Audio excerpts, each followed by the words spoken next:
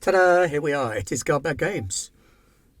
Thanks, Ben, and thanks for everybody for tuning in to the season finale of the Knaves of Dusk, our Blades in the Dark game. Um, my name is Aaron, and I'm going to be the games master. I'm going to introduce our illustrious crew. Then we're going to get into a recap of the fun we had last week. Then we'll give Pat's character, Madame Asaria Bellevue, an opportunity to do her downtime. And then we'll see if we can't untangle this messy knot that the Red Ledgers have found themselves in. So, without further ado, Ben, tell us about Placid. Can anybody confirm that the stream is actually working? Oh, no, there it is. Yep, It's all taking I too can long see it. at my end. Right, cool. It's all good. Yes, Placid. Placid is currently not feeling terribly placid, which is also why he got his name, though. So it kind of scans.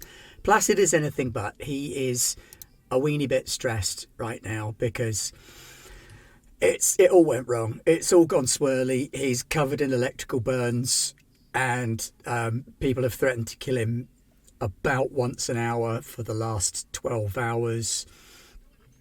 But on the upside, he did smash a ghost into smithereens and managed to keep everybody alive for at least another 24 hours, as long as they do nothing, which isn't going to happen. Exactly. But one of your saviors is back this week. Pat, why don't you tell us about Madame Asaria Bellevue?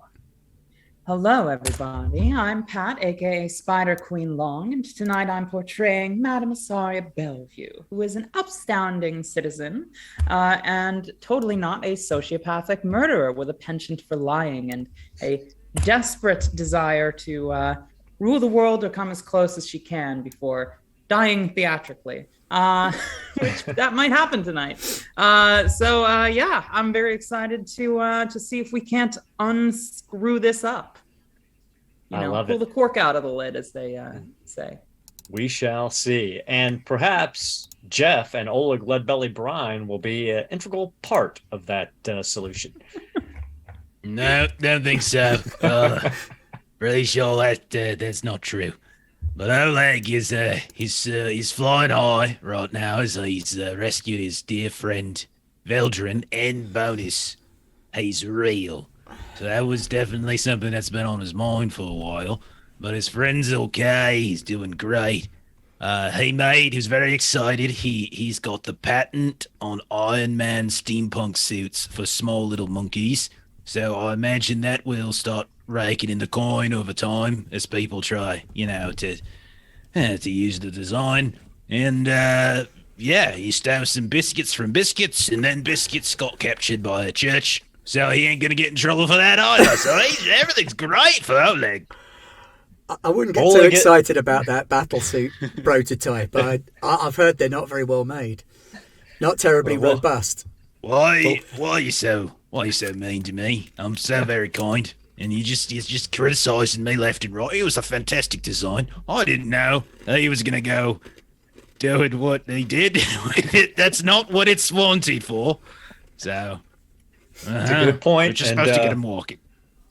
And as everybody has seen, Ty is not here to represent Wazuki or his broken monkey companion Patches, who is laying with 90% of his bones broken in the lair, trying to slowly recuperate after he was peeled out of the shattered and destroyed steampunk armor that Leadbelly built for him.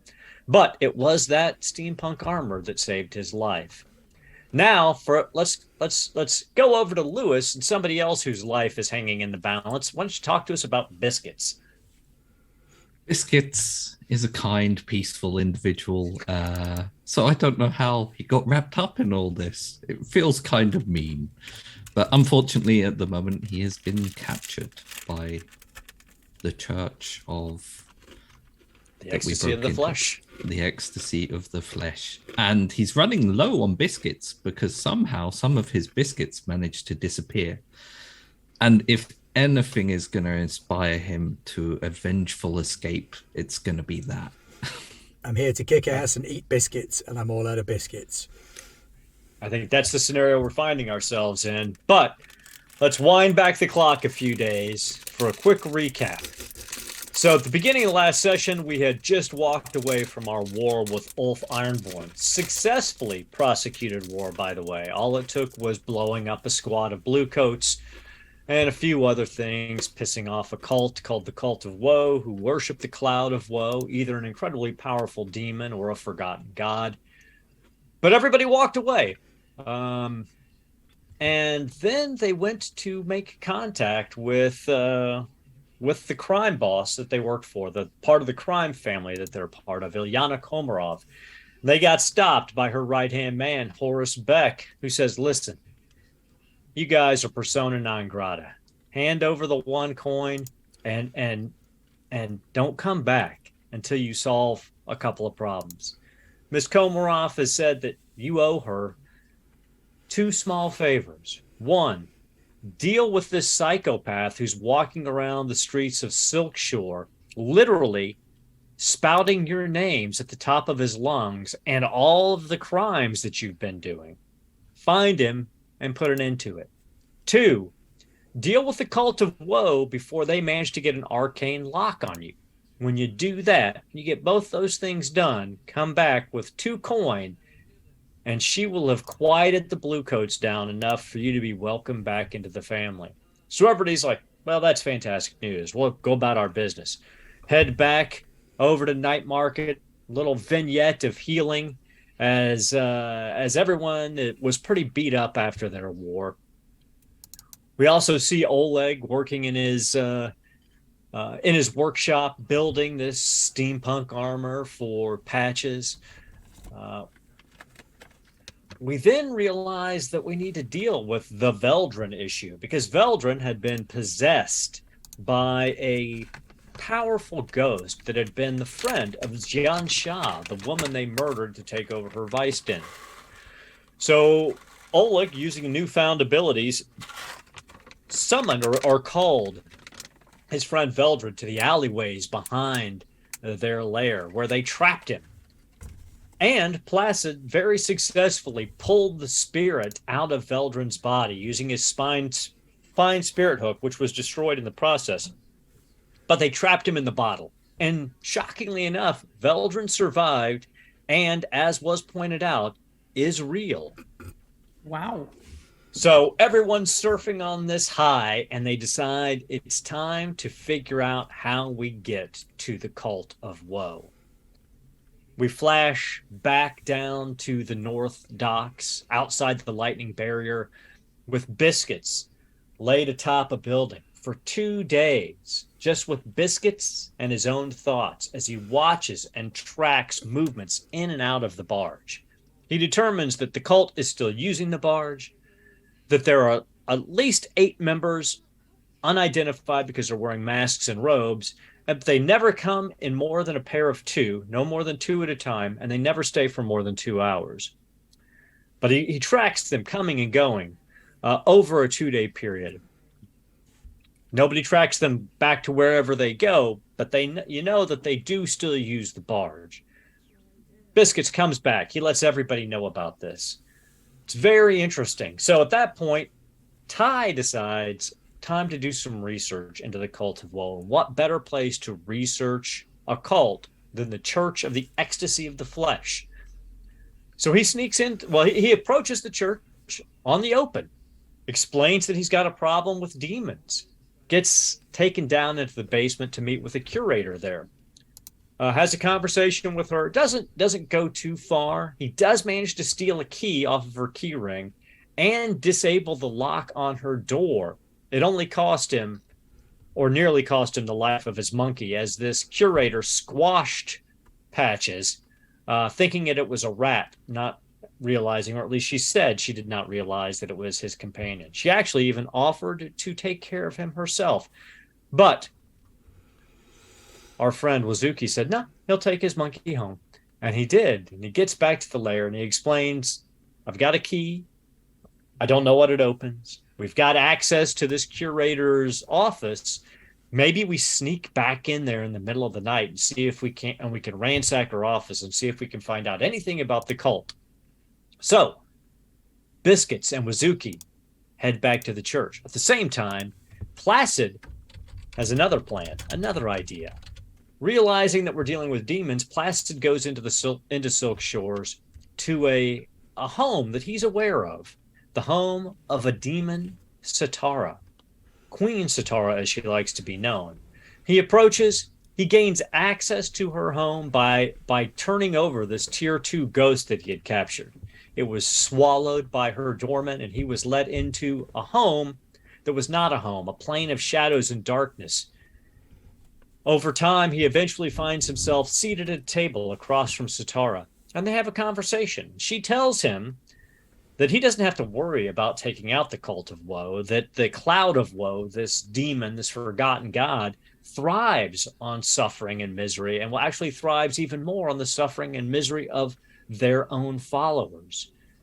So with that clear conscience, Placid is allowed to leave, though it feels to him like it takes 20 hours to get out of this dark night space. He's exhausted by the time he gets back out, but only minutes had actually passed. And he finds himself back out with the doorman and a memory from the demon Satara that you now owe Satara a favor, and she'll be collecting it in the near future.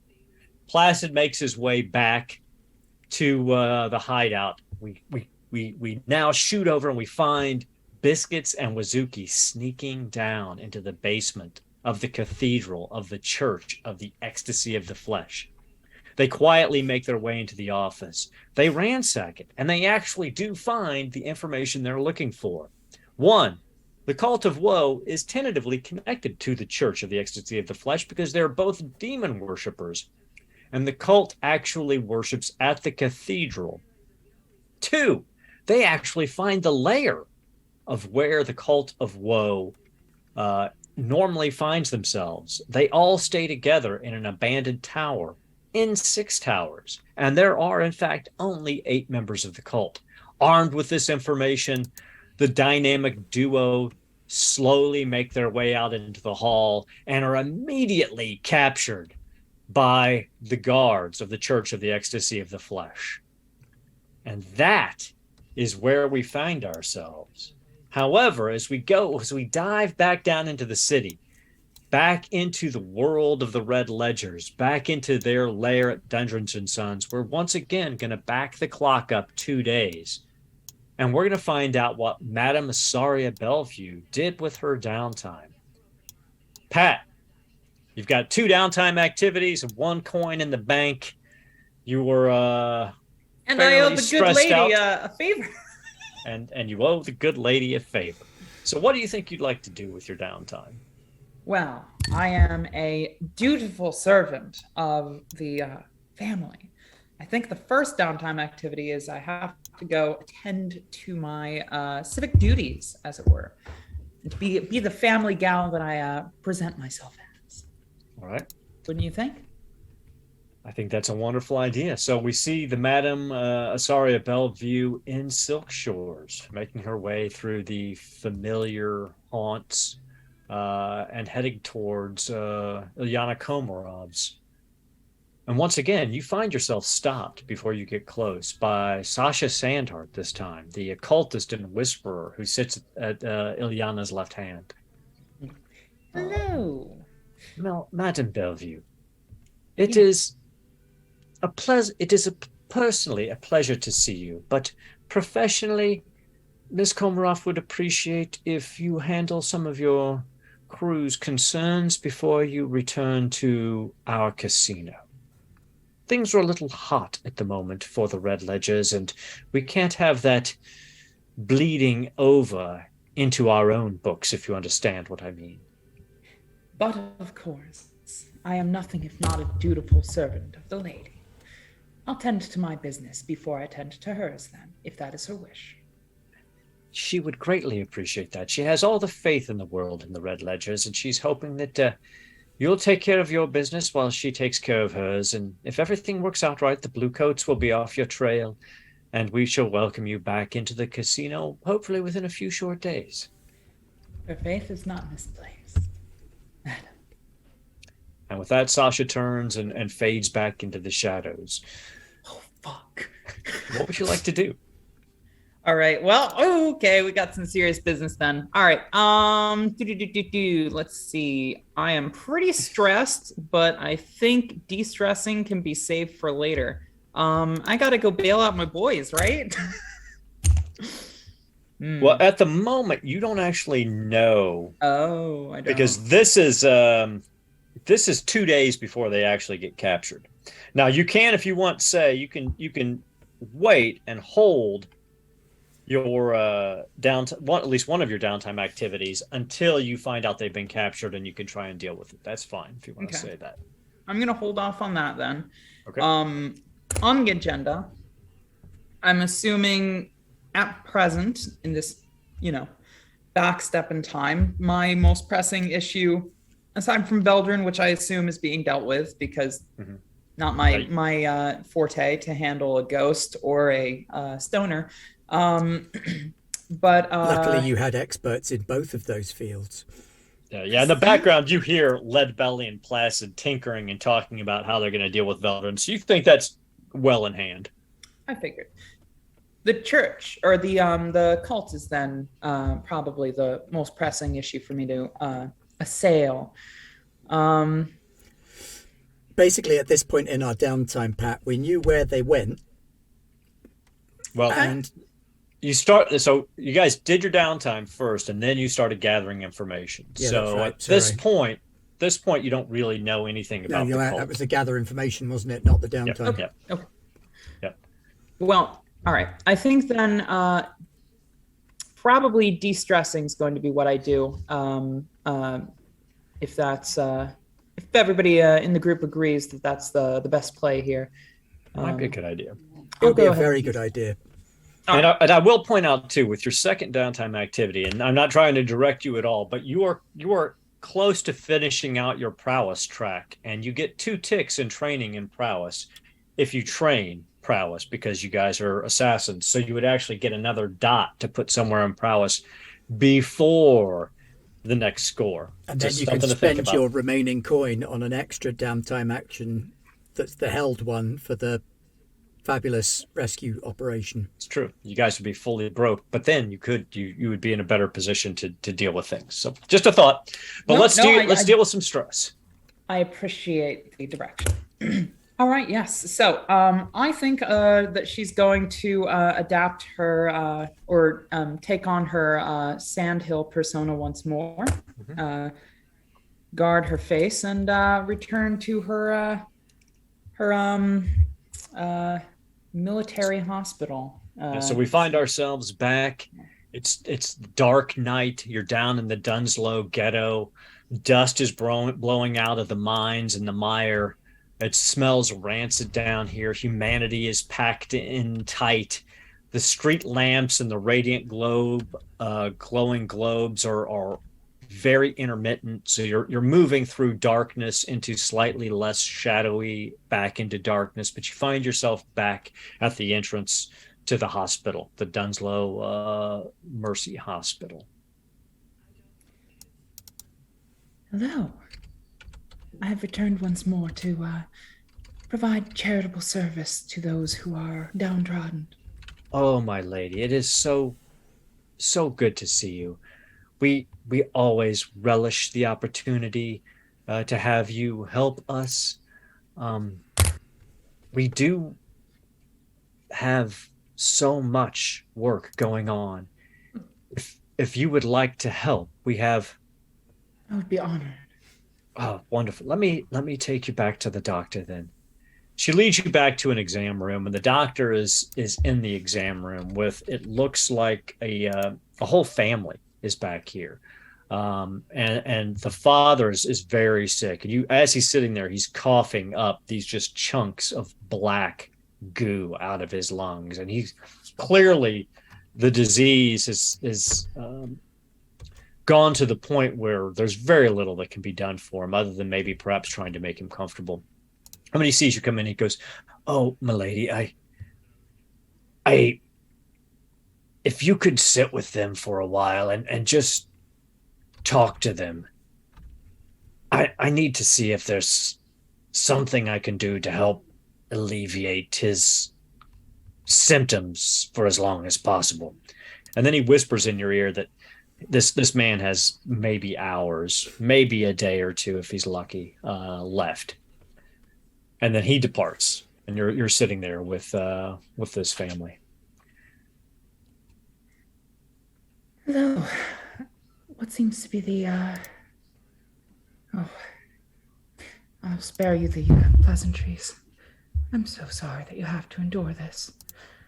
I just wish that I was leaving something for my family. I can't stand the thought of them having to go into the mines now to do the work. It's the only way, though, that they'll be able to survive here in Dunslow.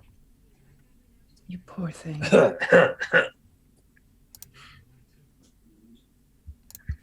what do you... Yeah, so I'm assuming I have some coins that's not like a full coin, right? Oh, yeah. You've got pocket change. You've got, enough that... Like a coin is basically 1 week's salary, so you've got enough pocket change to help a family out in Dunslow for a couple of days. Yeah. You poor thing. The way that they treat you is so inhumane. But here, if I might have a word with you privately, so as to perhaps better set in order your worldly possessions and such, on the off chance that whatever medicines we can provide won't suffice. And here, because I'm moved by your tragedy, she's going to hand like quite a few silver coins or what have you to the family at his side, and she's going to kind of look at the I'm assuming the mother or some one of the other family members and say, "Might I have a moment alone with the patient?" Oh, you're so kind, mistress. Thank you. So yes, come, children. Let's give her a chance to talk with father. And they're ushered out, and he's sitting there with you, and he's just looking down in his lap, and you can see. I mean, he's crying, but the tears are black with the crud that's infecting his body. You poor pained creature.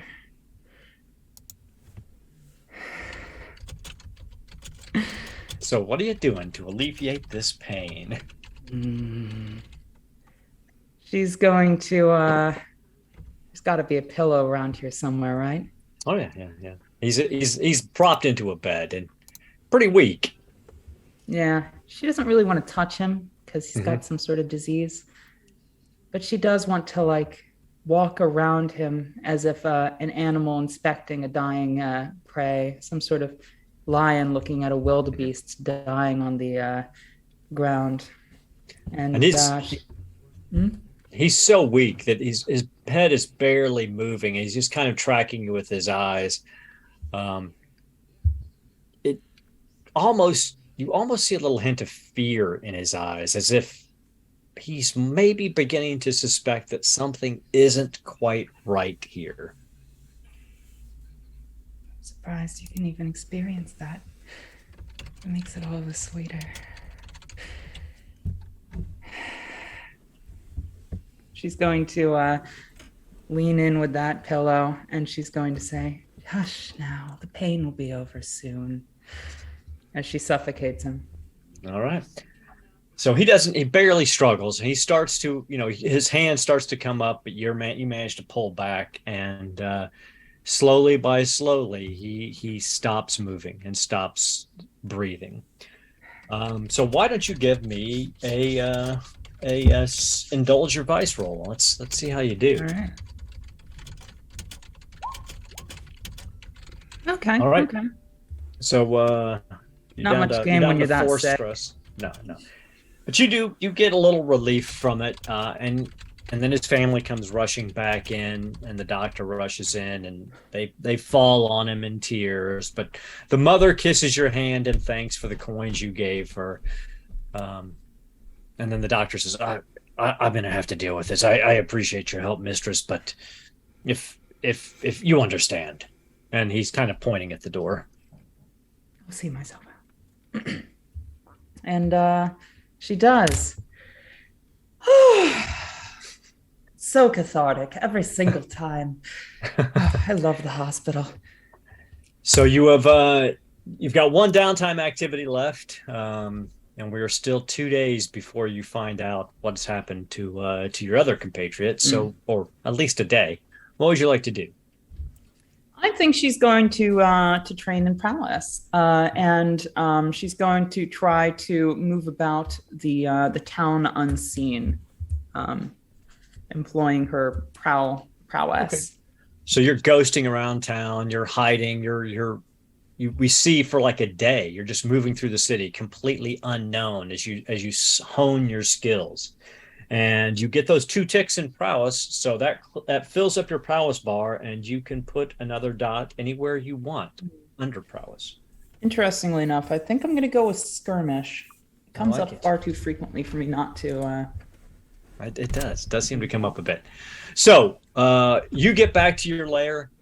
You see that Placid and Leadbelly have dealt with the possessed Veldrin, and the Veldrin is alive and real. But you find out that Biscuits and Wazuki have not returned from the Church of the Ecstasy of the Flesh, where they had gone to break in to one of the curator's offices to get information on the Cult of Woe. They did what? Well, that's where we find ourselves now. So the stage is yours. I know. Neither of us were here. You were doing your thing. I went to pay off the boss and have a chat with the demon. And when I came back, they were gone. And the monkey's broken again. I know. I Like don't a know rope. what they did, but that's ridiculous. You spent money on that. You spent all of the remaining money on that. I put every brain cell I know. I had. No, it's not your fault. What is the state dozen of of my organization? You didn't break the monkey. You built the monkey. I said, don't build the monkey. We don't need the monkey right now. And they were like, no, we need the monkey. And he was like, oh, no, we don't need the monkey. Anyway, good news. Ghost's dead. Veldrin's real. Fixed half our problems. Just the cult to go. But we know where they are. Right. In the fucking Church of the Ecstasy of the Flesh's dungeons. No, not them. Screw those guys. They're bloody idiots. Let's just replace them. Oh, yeah. No, you're right. That's a smart thing to do. Yeah, I mean, how hard can it be to drum up an insane sharpshooter with tasting snack foods and Gosh. a maniac Like gambler with a tiny marmoset or something? I don't know. Dime a dozen, right? Yeah. Well, Maniac, of course, we could replace, but that sharpshooter was damn good at his job. In fairness, biscuits. No, we should get them back, shouldn't we? Shouldn't we? I mean, we don't know they're in the dungeon. They might just be in the temporary dungeon. They're not quite in dungeon. Right. Well, But they're on the way to the dungeon. They could be in the hospital, or to be fair, if you've spoken to just them. there. Don't think they're in the hospital. No, I meant the hospital, the temple hospital, That was a Why do joke. you keep hitting your head like that? because there's a special kind of hospital for people who the church might have hit themselves in the head. Not you. Right, yes. So we find ourselves in an interesting situation. Do you want to try to gather some information about the status of Biscuits and Mizuki? Do you want to continue to gather information on the Cult of Woe? Do you want to move right into engagement on either one of those targets? Have we determined anything further on the topic of the Cult of Woe? Biscuits and Wazuki know actually where they're layered, how many members they have, and everything, but you guys don't. You know that they're still using the barge, and that they never go there more than 2 at a time. Yeah, see, that's the problem. We know they use the barge, but there's only ever 2 of them there at once. And we think, And you know that according to Biscuits, there's 8 of them, right? Because he's seen like 8 of them coming and going in pairs. So we can either pick them off 2 at a time, but I imagine after the second or third pair, they might stop coming. Right, yes. Or we can try and track them back to wherever their base is and I do think we that. need more information about the Church of the Ecstasy of the Flesh. Yeah, They we can't did go up against find the some. church. But do we have to go up against the church? Could you not? I don't know. Look, from what I've heard, yeah, there's a fair few churchmen who are interested in the special services you offer from time to time. So perhaps there's a way to get them out without having to perform some kind of full frontal assault. Well, sometimes they like that. Well, if all you're right. talking There's about full frontal and then there's full frontal. Right, yes. So is there some Do you think you avenue could or deviate approach you want them to out? take? Yeah. So that brings up a good thought. Could I try carousing and find myself in the carousing through the circuits that I've probably somewhat established? Maybe even fuck our vice den, for instance. Try to figure out where I might go to encounter congenially members of the Ecstasy of the Flesh. I mean, fuck, if they put out flyers, Do you have any of you guys have any contacts that might be able to help you? I don't know necessarily that Baz has membership with the church or knows of anyone, but I could try him. I mean, they're kind of a kinky demon church, so you must know someone. They are the state religion for the Demon empire. No one actually knows they're demon worshippers, or at least not publicly known. They worship the body. They worship the physicality of humanity, and they consider souls and spirits to be the ultimate form of evil, which is why souls, once they're released, are destroyed. Now, there are rumors that in certain circles that the churches actually are, at the highest level are demon worshippers, because they consider demons the highest form of evolved life, because demons have power and life through demon blood, but they have no souls. You do have a contact. The Red Ledgers themselves have a contact in a vicious noblewoman named Iramina, who might have contacts with some of the higher ups in the church.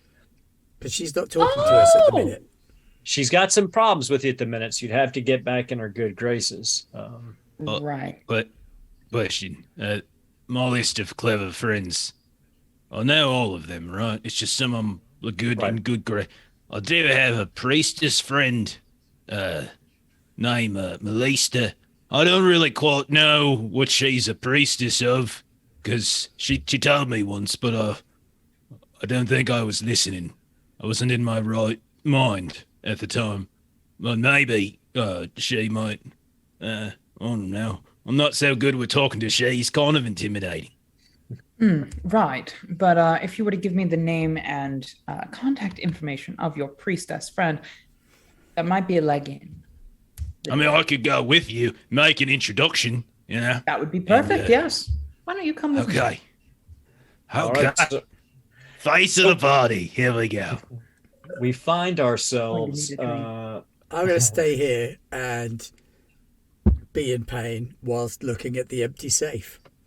Please don't let the monkey do anything crazy. I'd say something about the others, but I'm taking this one, and Velton's others are all unconscious and the monkey is 90% broken. I think, I don't want to say too much, but I reckon I might be able to handle 2 completely incapacitated people. I certainly we hope find- so.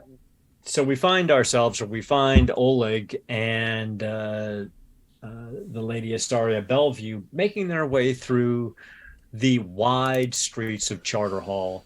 The university is to the southeast, but they find themselves moving into the Alchemists' Parish area near the park, where this priestess, who Oleg has met somehow, some way, resides. She has a small chapel here in Charterhall, primarily catering to university professors and students. It is a chapel of the Church of the Ecstasy of the Flesh, and she is a priestess of the church, however, a very low-ranking priestess.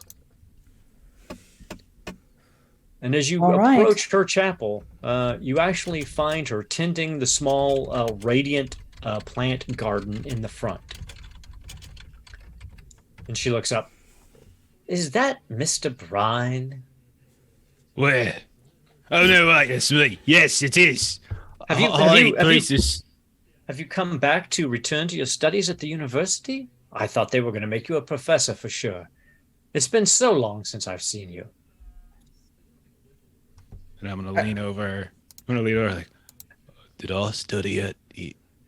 Oh, yes. So I assume you did. Professor, good on you. Act the part. I don't really remember anything from like 3 weeks ago or prior. But were you high at the time? I mean, yes. But you should probably get high now. Oh, I am. Don't worry. So,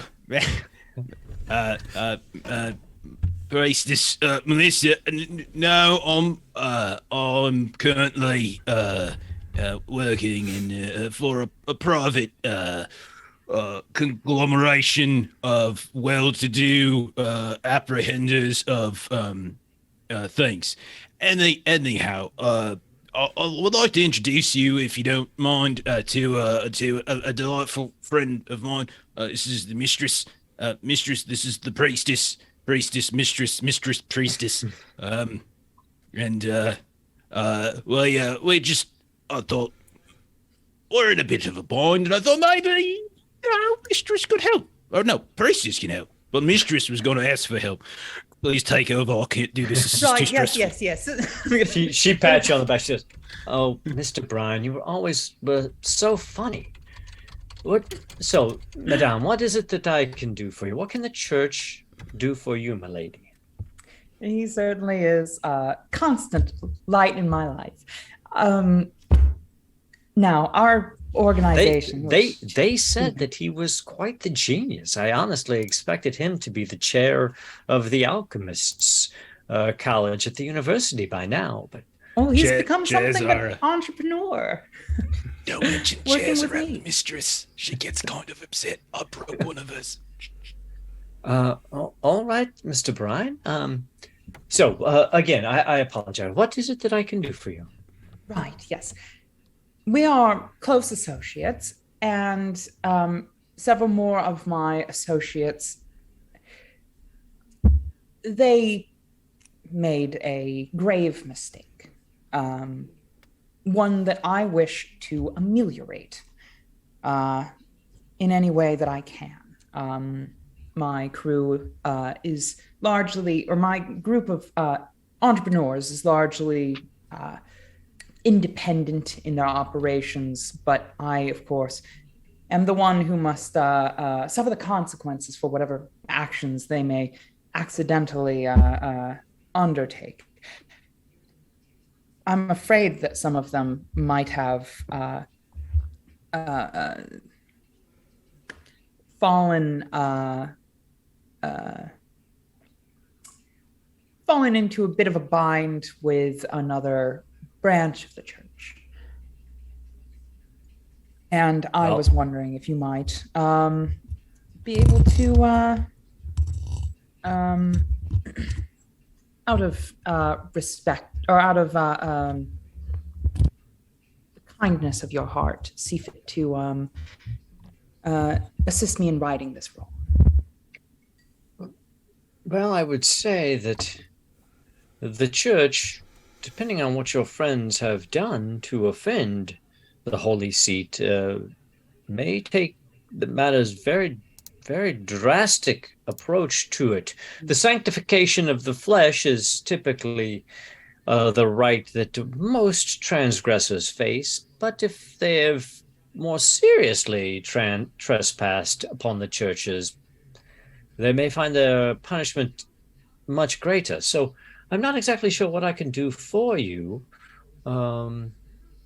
if you would like, we can travel to the cathedral together, and I can ask about your friends. Yes, or perhaps if you could give me contact information, at the very least, some way that I might figure out who it is I need to talk to in order to right these wrongs. Of course, if they must be punished, that is the will of. Do they worship a god? Basically, yes. The will of God, but if so do you know why they were going to the cathedral? What they were hoping to gain from it? I believe they wished to make use of the library, right? Oh, yeah, the curator. They were talking with the curator. She's understanding woman, I suppose.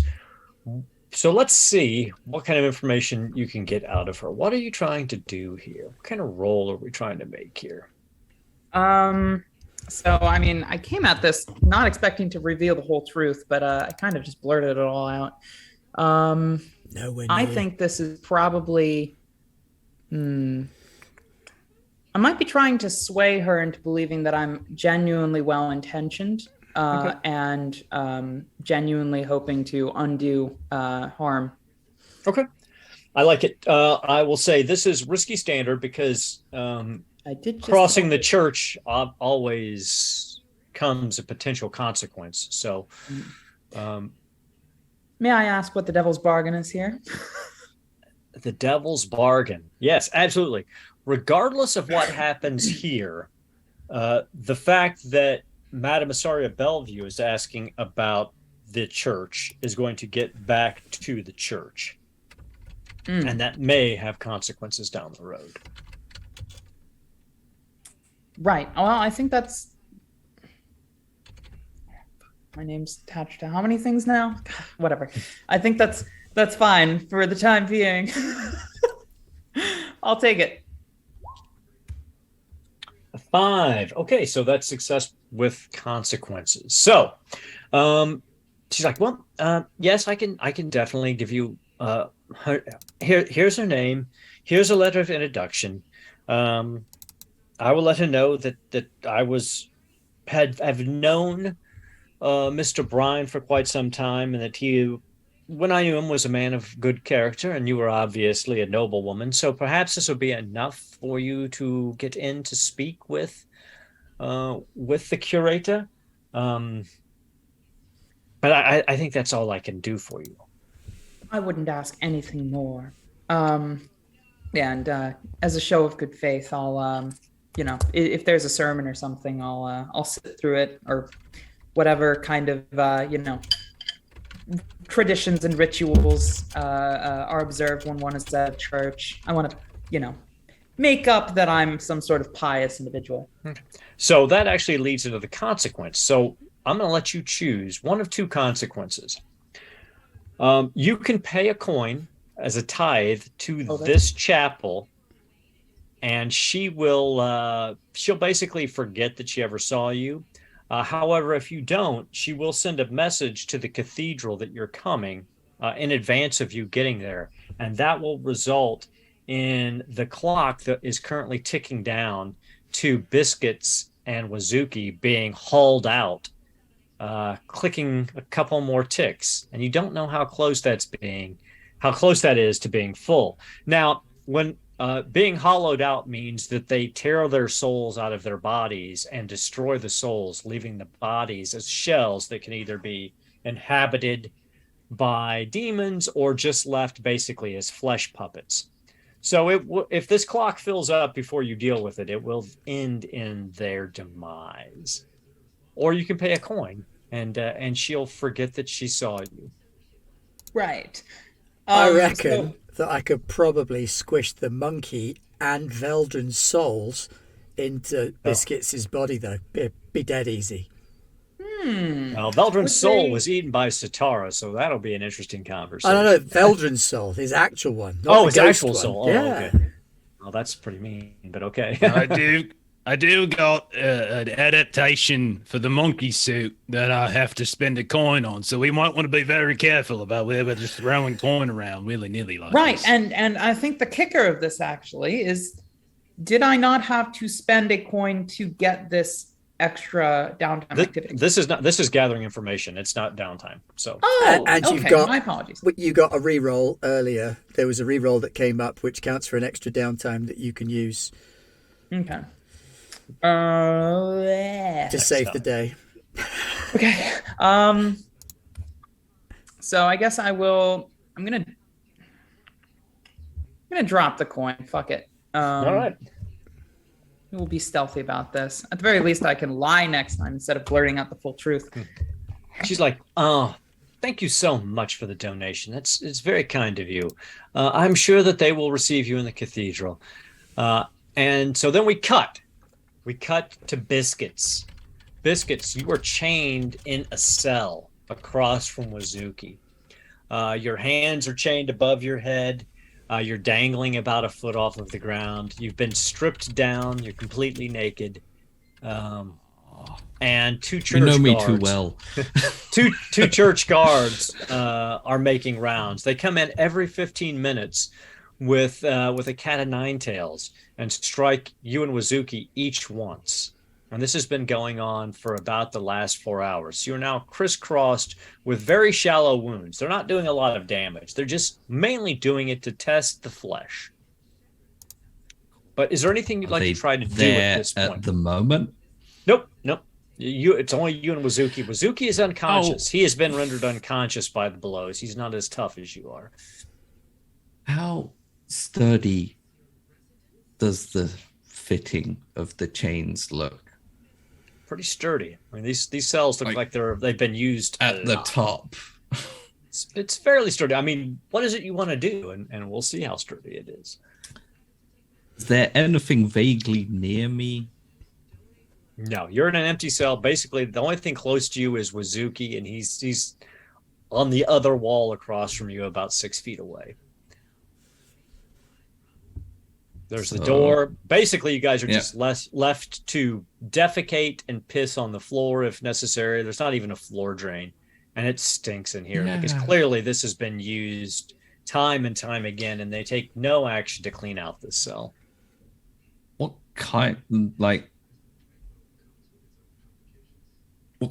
of fitting is it, though? How does it look like it's attached to the ceiling?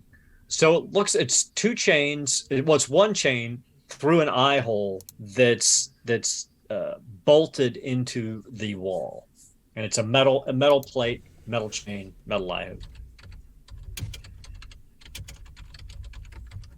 Clean metal, very old metal. Oh, it's pretty. I mean, it's well maintained. Kind of wall. The wall is stone.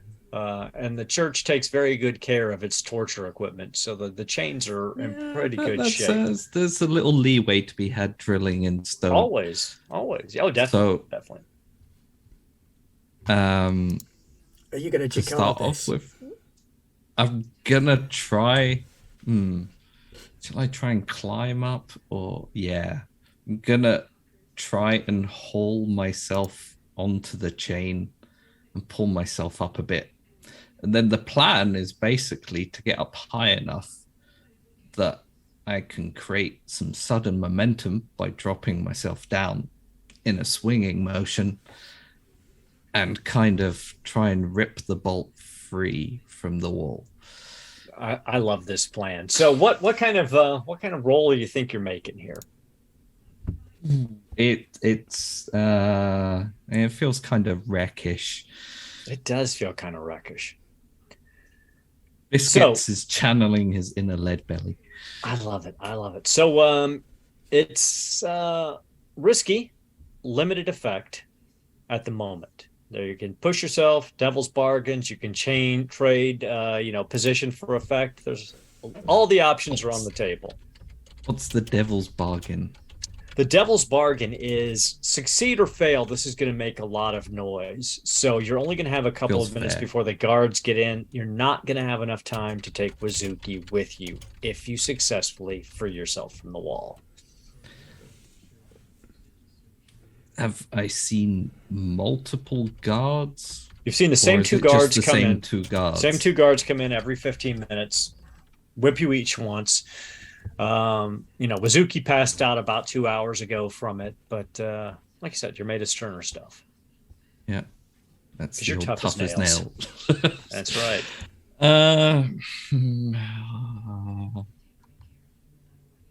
So risky limited I'm gonna, effect. So basically, what this would gonna do is take the devil's bargain. okay. Because So I'm what gonna I'm saying need the stress later. okay, so this will it's basically setting up a 4-piece clock, and you fill that clock up, you burst free. Okay, so you're trading position for effect, right, with the devil's bargain. So you want to go desperate standard effect. Yeah. Okay. And you're gonna wreck it. Do you want to push yourself? I Extreme for great effect, because you're gonna, because even if you get a 6, you won't fill the clock up completely. But if you go extreme, great effect, you could potentially do it in one go. I kind of want to. Obviously, the chances are high that I'll fail badly, but I do like it. Well, I mean, situation. You do get your extra XP for desperate action, and your 1 dot and wreck. Yeah, I like it. Okay, so extreme, great effect. We don't fail, Lewis. We create opportunity. That's true. can't Devil's see bargain, and you're extreme. gonna make it. Don't worry about it. We'll factor it in. Just put it on desperate? Just go on Yeah. desperate. Desperate, great effect. Great effect. Go on. If ever there was a time to be biscuits. 2. So that's a pretty bad failure. So what happens is you fill up your level 3 harm, broken back. You get up there, you flip out beautifully, and as you're coming back, you're angled quite wrong, and you actually your neck is folded over, and you smack the base of your neck into the stone wall, and you hear your back break. So you've sustained level 3 harm, broken back, and the wall and the chains don't seem to be affected at all. So, but you are tough as nails. So you're actually functioning at level 2, -1 dice at the moment, but you do have a broken back. Can we reload it from the last save point? And then we can we reload it from the save point before we got in trouble in the first place? That'd be a wonderful thing. But this whole thing is Biscuit's favorite part, even with the broken back. So then we find ourselves, once again, we cut and we see the mistress, Madame Asaria Bellevue, walking back into your lair behind Dundridge and Sons with Oleg Brine in tow and a letter of introduction to the Church of the Ecstasy of the Flesh's curator. Placid, you would not believe this. This man was on track to be a professor. Which man? He knows far too much. I mean, he's probably forgotten 80% of everything he knows. I'm sure he has. I wonder if Veldrin was also on that track. How Oh, interesting. no, I'm sure Veldrin's the one that led him astray. Yeah, probably. Either way. To our great credit, so in the grand scheme of things, we probably owe Veldrin a paper bag full of something huffable. No, we have a vice then. We can sort that out later. Time for business. We have a letter of introduction to who exactly at the clergy at the cathedral? The curator. That's just her title. You don't know a name. She just goes by the curator. I'm assuming that is the person that they found themselves astray with. Now, do you know what's going to happen to him? Right, yes. Getting them out of this is going to probably take a little bit of preparation, some thinking on our part. Mm-hmm. Are we ready to do that? Do you think? Not even a little bit, but when's that ever stopped us? Oh, I have some good news. While you were gone, Yes? nobody stole anything from the safe. You're very funny. Is there anything in the safe? No, You should be a comedian. no. There were some biscuits in there, but someone stole them. But that was while I wasn't here, so who could have done such a thing? I don't know. I don't know. One problem at a time. Yeah, yeah. So the question is, are you planning a score against the church to free your friends, or are you just going to talk to the church? Do you I really think want to talking assault? might involve money is the problem. Yeah, we don't but- have any. But assaulting... Or favors. Favors, we can do Assault- favors. Assaulting the church, the single top 3, 4 maybe most powerful organization in the city. Right, well, Favor's I'm not good. proposing... Biscuits is in prison. I'm not proposing an assault. Good, I'm good. suggesting perhaps we could make the talking happen over multiple instances and to several people in different disguises and such, Ah, and sneak our way in and sneak our way out. I'm a chameleon. he blends right in. I Do you have a cunning plan? Right, you and I could maybe sneak in and out, and we could put monk's clothes over Belly. Also a plan. The monkey doesn't wear clothes, and I can't fit into the suit I made for him. So I don't know how that's going to work. Right. Well, we don't So- need to necessarily involve the monkey. I The think- monkey's not going anywhere for a while. It's But been so the through question enough. is, so are we continuing to gather information, or are you ready to make an engagement roll of some kind? Placid seems to disagree with me that we should do more than just talking with the church. I don't think we're in any position to do anything to the church. Right. I think we should go prostrate ourselves. Is that the right one? That I was always the get right them one. confused. Yeah, no, don't get those Nice. confused. In front of them, because I think the other one would probably be insulting.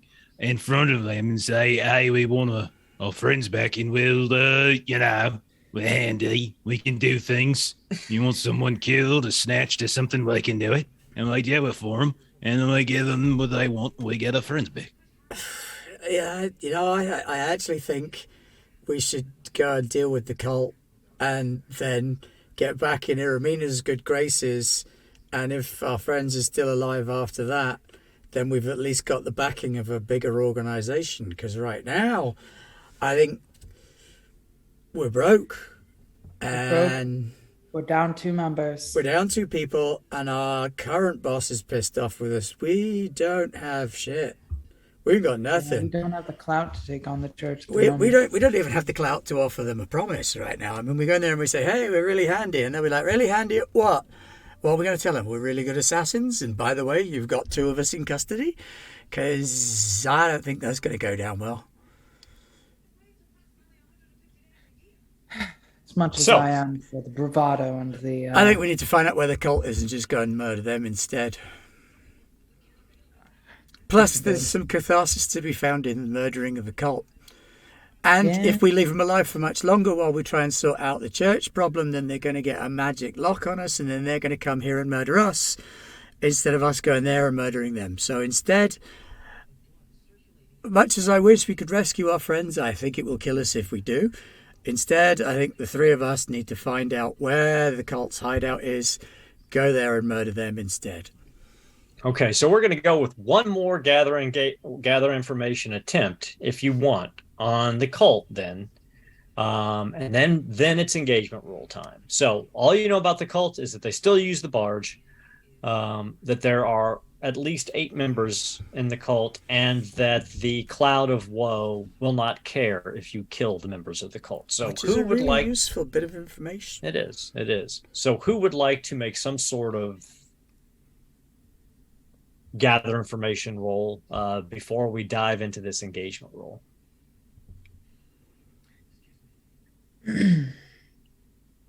I think I have to because I think it's got to be on you, boss, because I could Right. maybe ask some ghosts, but after the amount of ghost punching I've had to do recently, they're not going to be very forthcoming. So where do you want to go? Who do you want to talk to? Are there any contacts that you have that might be able to help you figure out where the cult of woe makes its lair?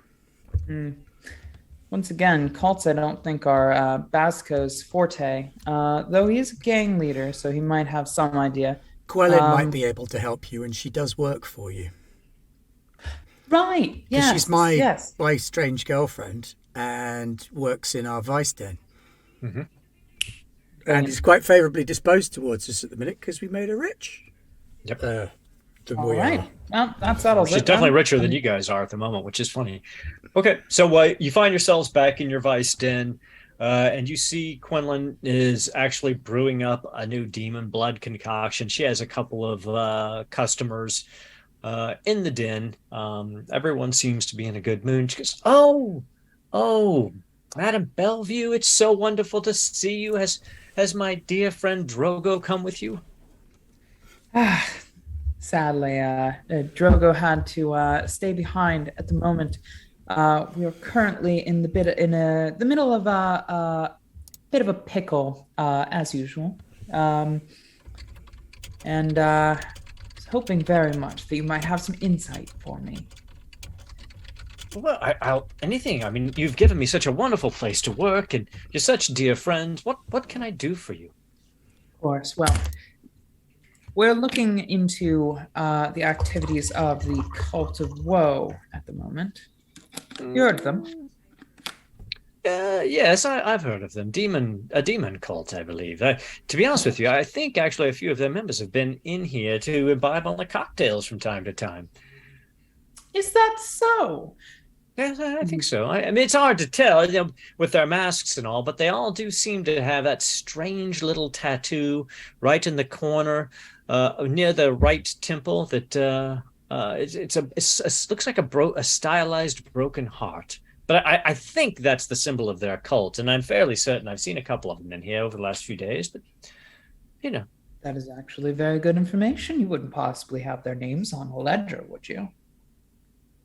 oh, let me see. What kind of roll are you trying to make here? Now, you can just do a fortune roll. You can just do a straight fortune roll and see what kind of information she has. Or if you want to push a little bit more, you can actually try to sway or consort or... It fits I'm right gonna- inside consort.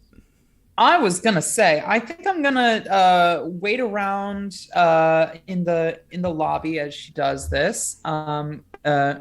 Kibitz with the folks here. Maybe even try to, if any of them are amenable, or if any of them seem the sort, strike up conversation with them and see if they have any further insight while she's working on this. So I think consort probably fits. The very literal well. description for consort is consort with connections from your heritage, background, friends, or rivals to gain that's access to perfect. resources, information, people, or places. So an employee who is a friend.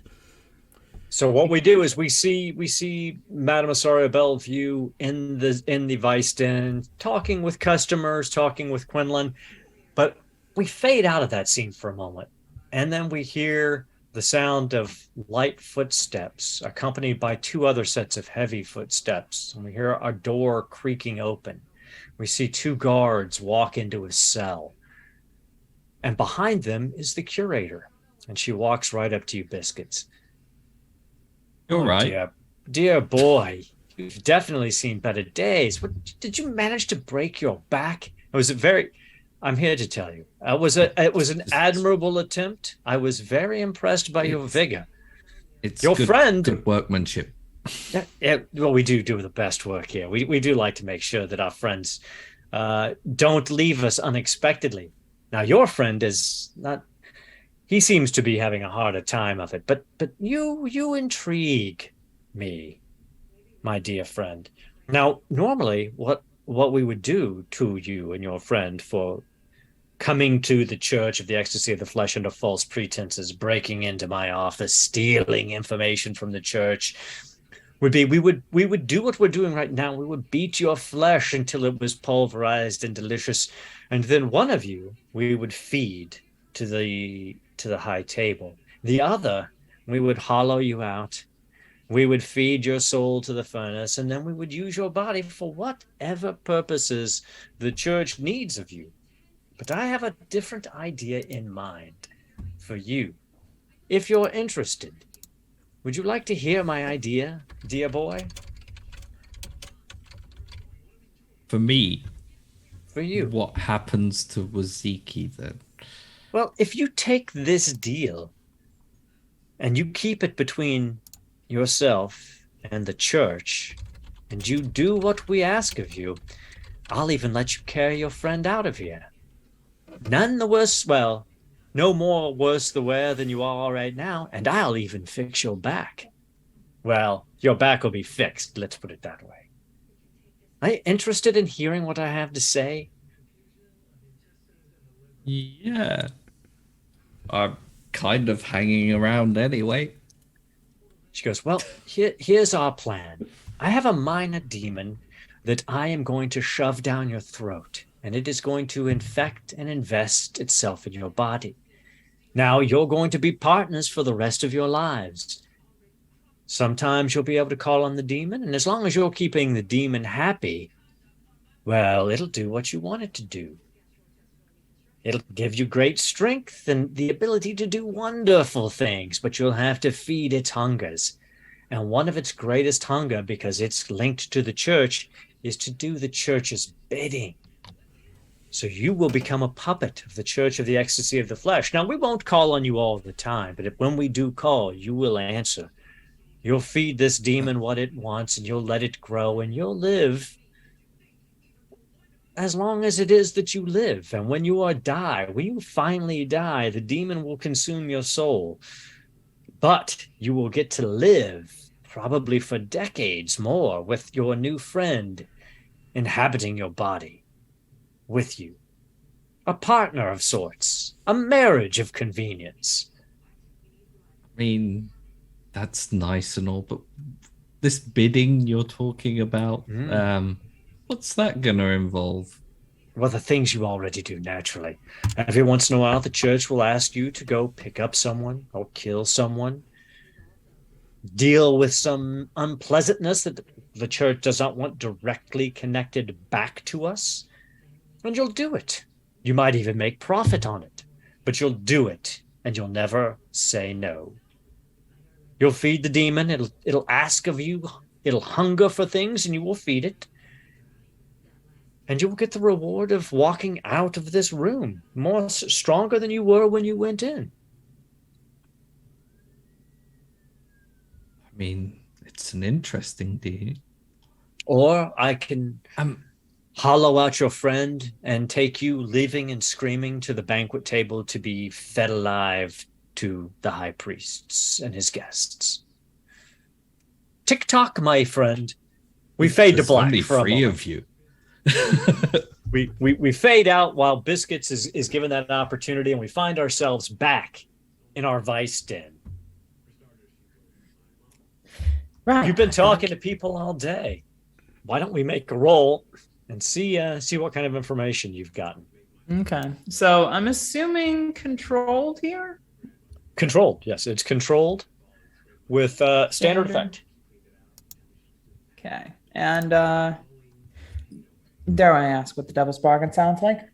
Devil's Bargain is that regardless of what happens with the roll, the Church of Woe is going to hear that you are looking more deeply into them, and that will tick off some boxes on the clock that is going to alert them to the presence, the fact that you are tracking them as they're trying to track you. So at the moment, they don't know you're coming because they think they're the hunters. If this clock gets filled up, they're going to be expecting you. How and I guess this is a secret clock. Okay. Don't Yes. do it. We are, Don't do it. Okay. We're enough. You could push. You can push, I'm but pretty you close do on have my 4 stress. stress at the moment. So before I'll you say even that start for the later. score, Okay. Well, a 4 is a mixed success, yes or no? Yes, a success with consequences. So it's controlled. So here's what happens in a controlled task. You can fall back and approach the issue from a different perspective using some other skill, but it becomes risky instead of controlled. Or you can just succeed with the consequences being you don't get as much information that you were hoping to get.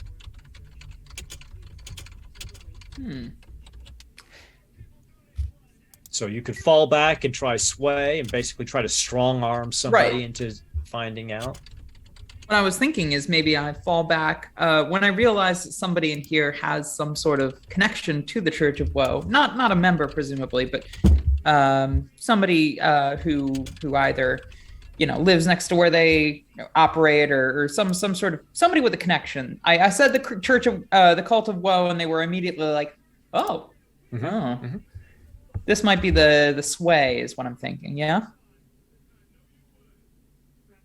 Yeah, absolutely. All right. So I'm going to go risky, standard, I'm assuming. Yes. And And so this person's eyes widen. No, I don't know anything about the Cult of Woe, and they seem to be taking a little bit of a step back. What do you say to sway them?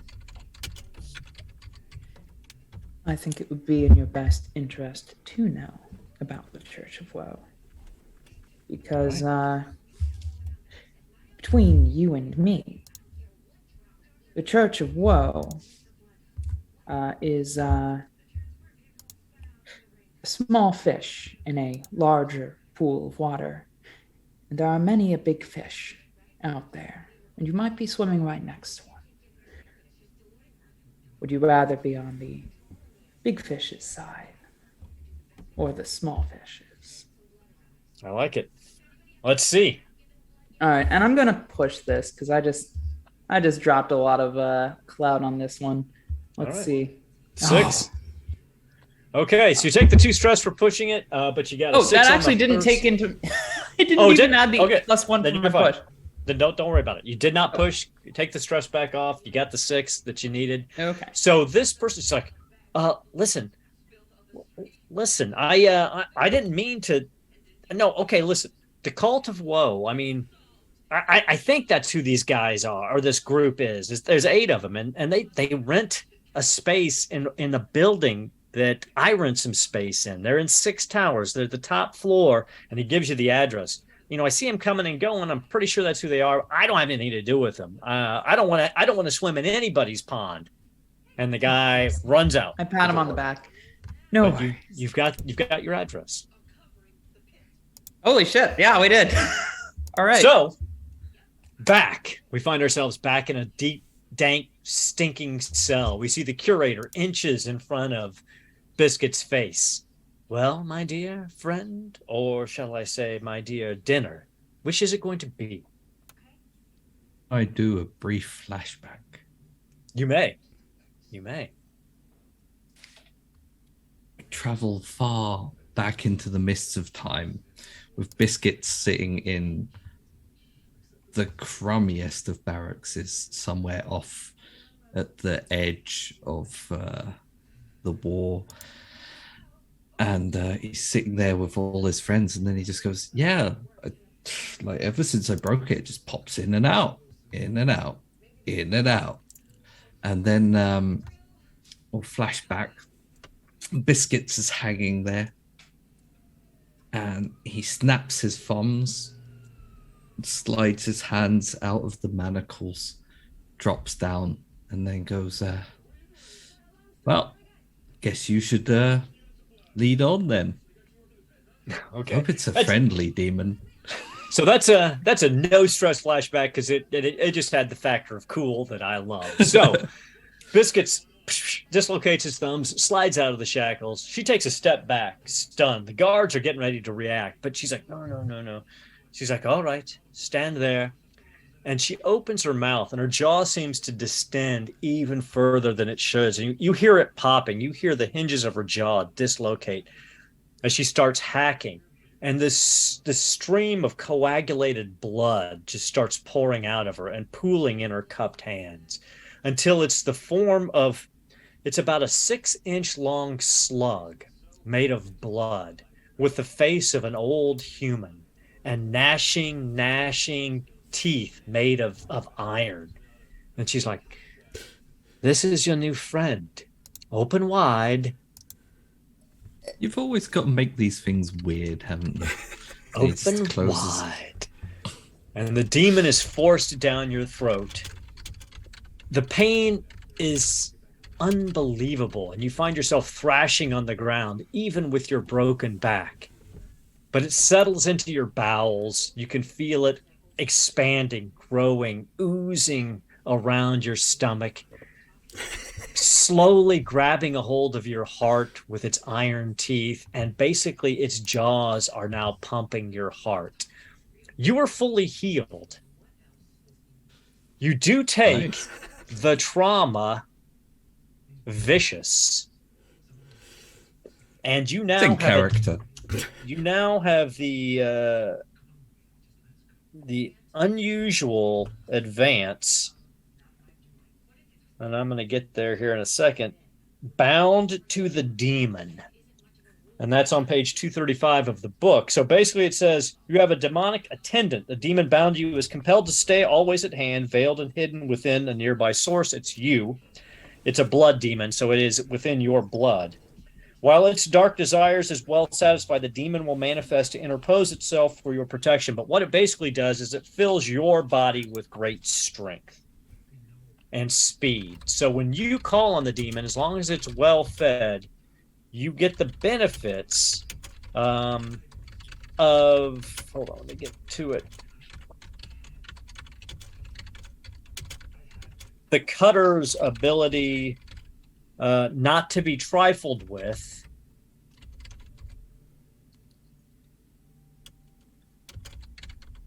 And the lurk's ability,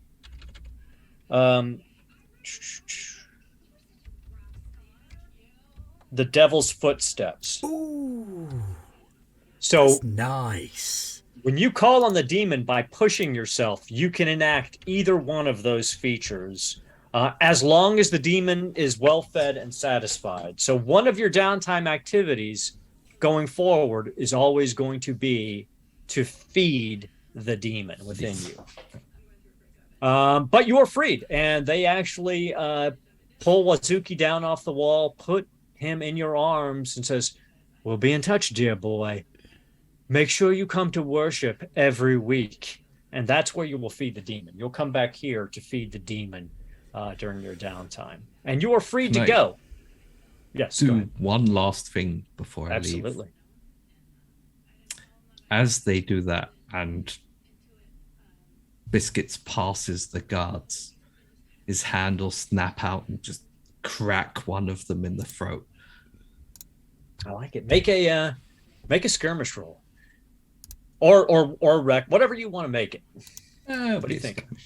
Okay, so this now normally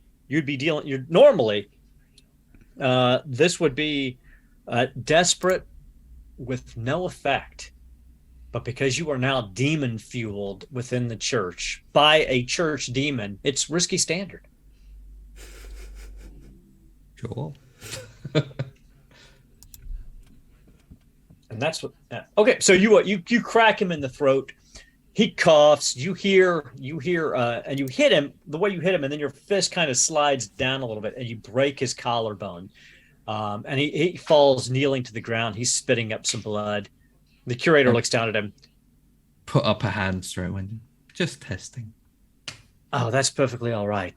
The pleasures of the flesh, including the violence of the flesh, is what the church is all about, my young acolyte. Now, be about your business. Go help your friends. I think they have some problems with the cult of woe to deal with. We fade back up. We find the Madame Asaria Bellevue walking back towards the lair as she's intercepted by Biscuits holding Wazuki in his arms as he makes his way back to the lair. And the group Sense a is once disturbance in again the force. all together. Now there are two of them. Now it's time for an engagement roll. As the team is back together, we know where the cult of woe is. it's time to find out how this roll is going to go. So you get 1 die for sheer luck. Is this operation particularly bold or daring? I would say yes. That's 2 dice. Is it overly complex? No, I think you're basically just going to hit them in their home and Go kill to them. house, kill everyone. Yeah. Does the plan's detail expose the vulnerability of the target? I'm going to say yes, because they don't think you know where they're at, and they don't think you're looking for them. So that's 3 dice. Wait for it, Is Pat. the- He likes to build us up and then take all those dice away again at true. the Oh, end. I I know. do love That's that. why I've got fingers. Take Is them the off target- too. Is the target strongest against this approach or at particular defenses? I'm going to say no, because their lair is hidden. They don't expect you guys to know where it's at. Can any friends or contacts provide you with aid or insight? Yes. Are there enemies or rivals interfering with the operation? No, not that you're aware of. You got on the church's good side. They would have been the only ones probably going against you here. And you also got permission from Satara. So no, you're in good shapes there. Are there any other elements that you might want to consider? Maybe a lower tier. So they are a higher tier than you. So I'm going to take 1 die away. So you have 3 dice on your engagement roll. Now, before we get to the actual engagement roll, let's talk about your approach. So how is it that you are going to try to deal with this? Direct assault, deception, stealth, occult means, social, or transport? Oof. Well, it's definitely a murder rather than Right. an accident, I feel. I don't think we're going to make it look like an accident, are we? Nah, we're I going to mean, make it they look are like a demon murder. summoners. Yeah. It wouldn't be that far off to say that they accidentally killed themselves all. Yeah, let's stick with a murder because Yeah, it's about no. time we sent a message as well. Right. So are you talking assault then? Yeah, Just straight up? just going to Bum straight rush? up go to their house and kill them to Okay. death. So I At the very need least, I could pose as somebody who lives there and open the door for us. But yes, I think we should just go kill them. okay. So that would be deception. So are you going deception or are you going assault? Well, I don't have any Assault. I think it's an assault. Okay. Yeah. So the point of attack, I think it's pretty obvious. It's now you know where they're at. You know they're on the top floor. So your point of, I guess your point of assault point of attack is one of 3 locations. You're going in the front door, you're going through the roof, or you're going through their floor. 4th point would be you could come at them from outside the building, but it's the top floor of a tower. So if you get a bad engagement roll, you guys could be dangling in a very precarious situation. Could be fun. Could be. So what's your point of attack? Front door, ceiling, floor, or through the window? We could come in through the chimney. Ho ho ho. That's through the roof, isn't it? Yeah, that's you want to do the roof, through Pat? roof. I like the roof. Let's do the roof. We're doing the roof. Okay. So the point of attack is the roof. You have 3 dice, and I need everybody's loadout. Oh, load out. We're Oh, we're climbing. I'm going to say No, not heavy. heavy for me. Absolutely heavy because fuck them. That's why. Okay. Is this Yeah, all- I mean, you know what? Yeah. Like I'm gonna go medium because that's who I Remember- am. But I think we should all go heavy or as high Get 2 on anyway the tiers because as of our possible. assassin Just rigs. fucking go all out. Yep. You Heavy get doesn't 2 have to free- mean heavy things. It just means we're carrying a lot of stuff. Yep. And It's you do obvious get, we're remember, going tooled for a ruck. exactly. You do get 2 free. You get free load of either weapons or gear as assassins. But who's going heavy? Show of hands. Placid, Oleg. And who's going normal? Okay. So you guys, you've got your loadout, you've got your method, you've got your place of attack. All I need is somebody to make the engagement roll. Give me a 3 dice fortune roll. Biscuits. Or roll the- or recently, you can- returned to our clutches. Or if you pull up the Red Ledger's character sheet, you can roll engagement there right off the character sheet. It's the bottom of the middle column. So, we're going to go murder some people? Let's get murdery. That we are. The self same that got you in those clutches in the first place. Not the church. I mean, we're going to kill the cult. The church is a bigger fish to fry than we have space on Oven. And So, as soon as you hear Asaria Bellevue say that about the church, your heart skips a beat and your stomach clenches up. The demon doesn't like it when people talk bad about the church. A 5 is a success with consequences. So you are They let in us a go. We should remember that. right. Very I shall. reasonable of them. I'll try to just go talk and get you out, but they wouldn't listen. I mean, but that seems like a very reasonable lot. In fairness, I do love the things that they do with flesh and flaying it and things. You know, in another life, I might have been a priestess myself.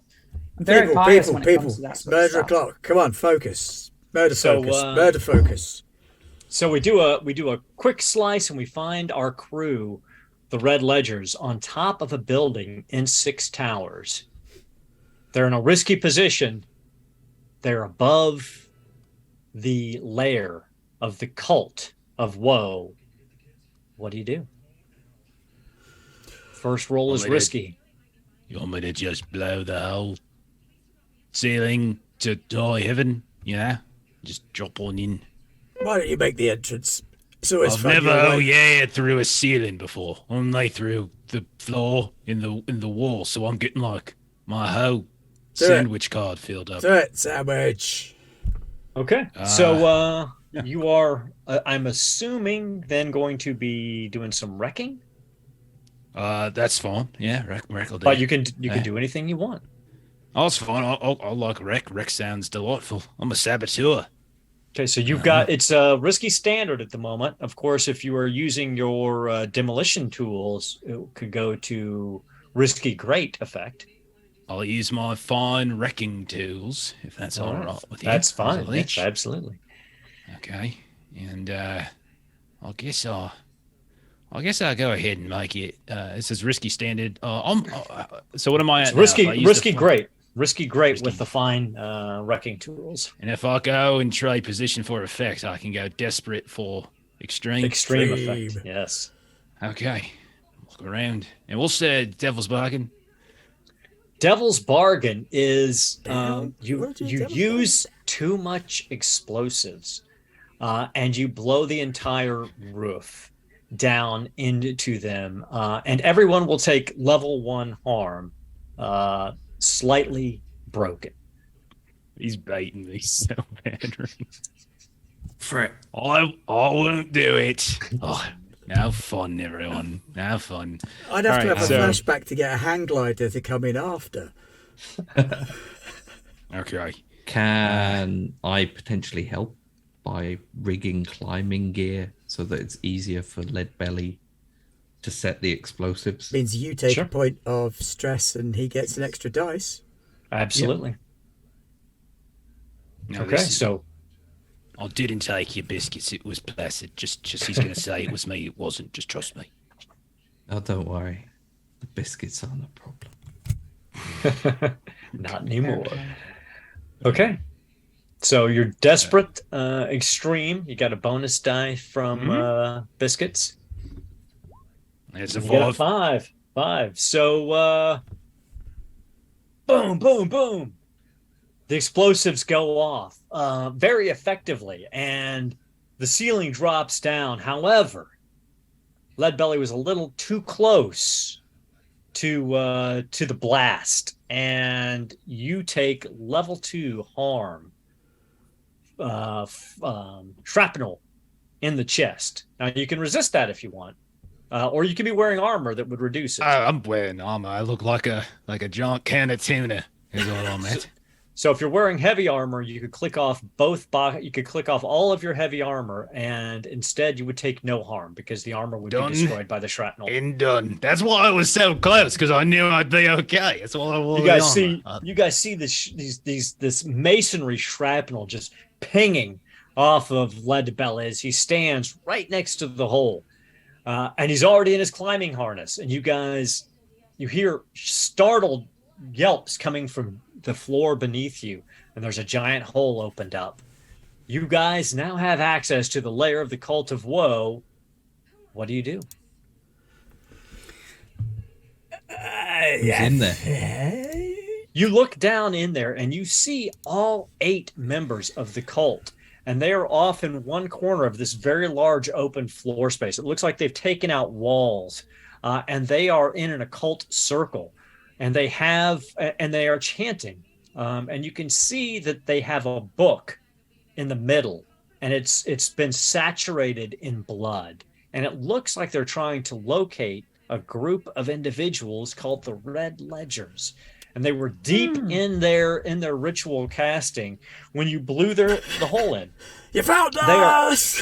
They're very slow to Happy react. birthday. Biscuits is just gonna drop down with his knee on the nearest one's neck. Okay. And be like, "We're right here." Aaron, can I combine a large weapon and an unusual weapon to have a blunderbuss loaded with chain shot? I think that sounds fantastic. You absolutely can do that. Huzzah! It's worth it. 3 points, and I'm going to rack them. All right. So first, Biscuits, you drop down. You're dropping down to basically break the neck of one of these cultists with your landing. So what kind of roll did you Just think like that is? a dropping knee. It's still fairly controlled, but kind of vicious. So I'm gonna go with skirmish. All right. So risky standard at the moment. Any devil's bargains? The devil's bargain is the first action that this demon has seen within you. And it is going to push to the fore. So the devil's bargain is, regardless of the outcome, this has to be a desperate roll. And if you succeed, you need to tear this victim's throat out with your teeth. Everyone will see it. Totally normal behaviour. Completely normal. I'm gonna go with it. Yeah. Still getting used to each other. That's right. So bonus dice. It's now a desperate with great effect. Great effect. 6. Last one. So that was the die you needed. So what you guys see is you see Biscuits just leap down. And there's this feral grin on his face. You've never seen anything quite like it. And he knee drops right against this cultist's between his shoulder blades. And you see him just roll up, and you hear the neck snap. And then you see Biscuits bodily pick this man up. I mean, just holding him out and just starts biting into his neck. I mean, just blood and viscera going everywhere. You hear the sounds of you swear it's got to be Biscuits gnawing on the spine of his victim. Totally we slide normal. to Placid. Completely normal behaviour. Absolutely. That's we new. slide to Placid as he pulls out this giant blunderbuss loaded Hello, with chain. boys! I'm just going to try and fire it at a group of them. This is not subtle. This is not discreet. So it's very much a wreck. Okay, so it's risky standard. You can push yourself, or you can change position, in fact, make it desperate great. What's Devil's Bargain on this? Devil's Bargain is, regardless of what happens, this blunderbuss is going to blow up in your hands, and you're going to take a level 1 harm from it. 1 level 1 harm or 2 level? 1 level 1 harm. 1 level 1 harm. But the blunderbuss will be destroyed, so you will not get to continue to use it in combat this round. I'm going to do that then. So I'm going to go to Desperate. Great. Mm-hmm. And I'm going to take the bonus dice from the Devil's Bargain. Wonderful. And away we go. Kablamo! 6 success. So it explodes in your hands as the shot that was never meant to go in this blunderbuss goes swinging out, and it damages you. But the chains flay out and come across basically at chest height of 3 of these cultists and tear their heads off of their bodies. Blood is spurting everywhere. You've got horrible powder burns on your hands, but 4 of the cultists are down in a matter of heartbeats. Leadbelly and the Mistress. Am I able What to actions- resist that damage? No, you are not, because No. that was the Devil's Bargain. Okay. That you would take that damage. Yeah, you So took that- no damage from your desperate roll, but you successfully got your desperate roll, so make sure you're So taking I'm off your already speed for that. at 2. Level 2 harm, so that's level... Does that go up to level 3 harm then? It does go up to level 3 harm. Yep. So you guys see Placid fire off this blunderbuss. His chain goes out, 3 heads get chopped off, and then you see him, his hands and arms burned, there's shrapnel from the blunderbuss, and he falls back unconscious. Or, well, not unconscious, but he needs help. He's in bad way.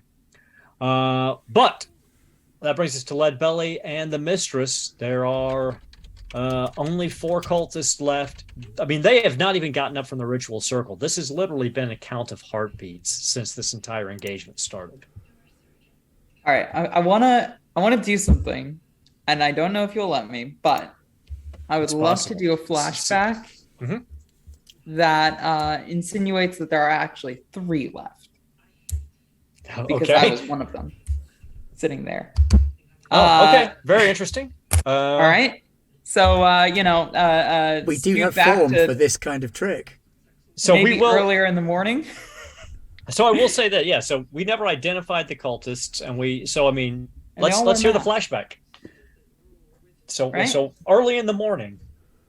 Early in the morning, I've been waiting outside of this establishment for some time, in the guise of a street urchin or something unnoticeable, and one of them comes in to presumably conduct the ritual, maybe 2 even. And I try to get in the way. I'm assuming they come in pairs, so I probably try to separate one of them by being like, "Oh, I have this illness. I touched someone, right? And now I've got these boils on my skin. Would you mind looking at them?" Right. And I kind of like get all up in their face with obviously some sort of fantasy leprosy, and try to make sure that they're thoroughly skeeved, and maybe like really get into their face and try to separate them, like maybe even chase after them, like I'm some deranged person on the street who's going slowly insane from an illness. And after separating them, I would like to corner one of them in an alley and say nothing personal as I blow my trance dust in their face. Okay. So I love it. So let's see if you can separate them. Let's see how much stress you're going to pay for this flashback. It's going to work. But if you successfully separate them and then successfully blow your trance powder, I'm going to reduce the amount of stress for this flashback, because it's a complicated flashback, but I like it. So what kind of action would you be taking to separate the 2 of these individuals? I think this counts as a sway. Wouldn't you agree? I do too. So risky standard. Okay. What would the devil's bargain be, dare I ask? The devil's bargain is, regardless of whether you succeed or fail, they are so freaked out that they begin to strike at you to try to force you away, and you will take level 1 harm, bruised ribs from the altercation. Fuck it, I'll take it. Okay. So you show them your boils and everything, which is, I'm assuming, is makeup and mummery, and they're fighting back against you, but you get a 6 with that. So I mean, it works. They split up and they start running in fear from you. Even though you've got bruised ribs, you're able to chase one of them down into an alley and corner them. And as you say, nothing personal. What kind of action is this to blow your trance powder in their face? Skirmish. I like it. It's risky standard. Okay. Devil's bargain on this one? Devil's bargain on this one is you get seen by other people in the neighborhood in 6 Towers, chasing this guy and blowing the trance powder. So regardless of what happens, you're going to take +2 heat on your score. Trying to make this one.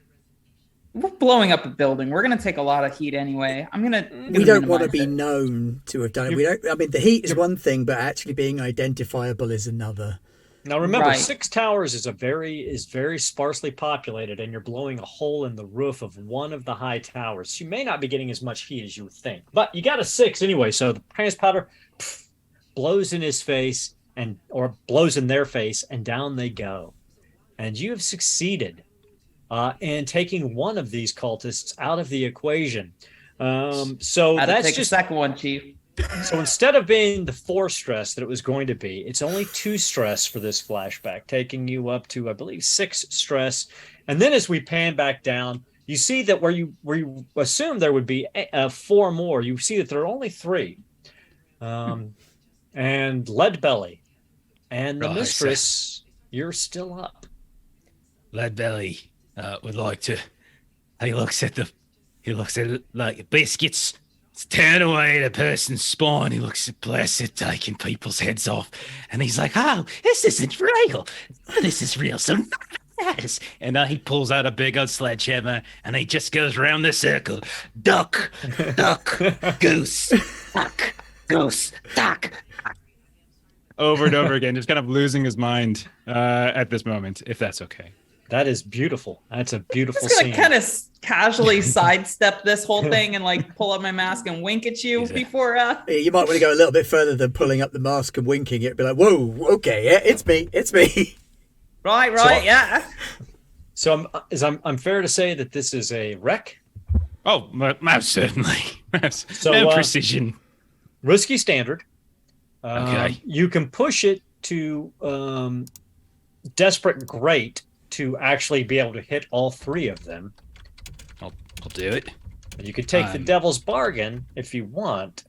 Which is The devil's bargain is regardless of what happens here, in your desire to beat them, you are going to actually, in your upswings, be smacking yourself with your sledgehammer. You will fill up your level 1 harm, bruised and battered. But regardless of whether or not you succeed or fail, you will strike all 3 of them for effect. you had me at hit myself in the face. I'll take it. I love it. I'll take it. So Okay. desperate, great effect. You're going to hit all 3 of them. All right. Desperate. Great. 1 bonus die.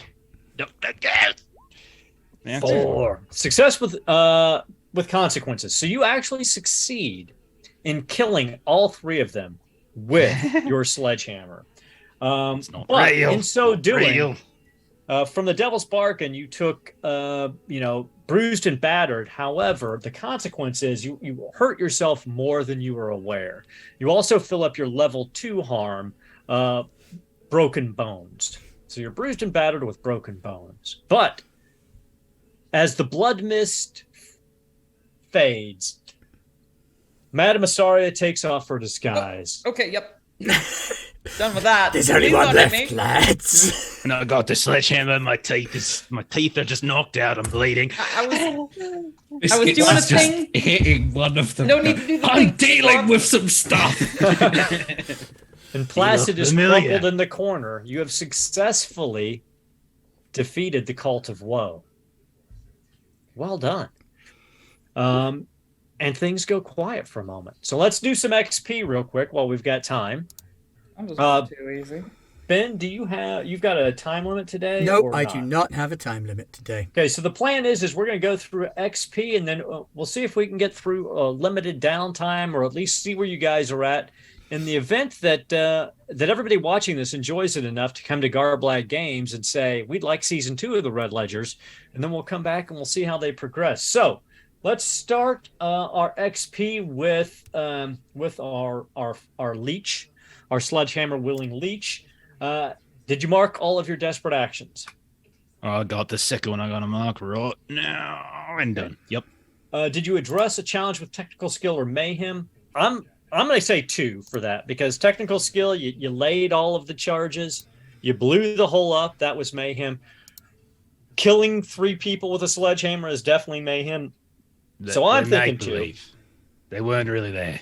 Sure.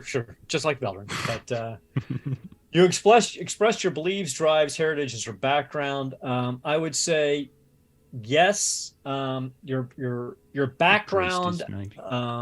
as you know, a tradesman, so you're handling of the explosives and everything. I think definitely dealing with making contact with the old priestess friend of yours, finding out that you were actually potentially on track to be a professor at the university. I mean, I think all of these things are definitely. Who knew? Who knew? Yeah. And did you struggle with issues from your vice or traumas? I would say, once again, I would say 2 for this. I mean, you were definitely unstable. You were definitely dealing with the fact that you're a drug addict when dealing with the priestess and the fallout of that. So I'm thinking 6.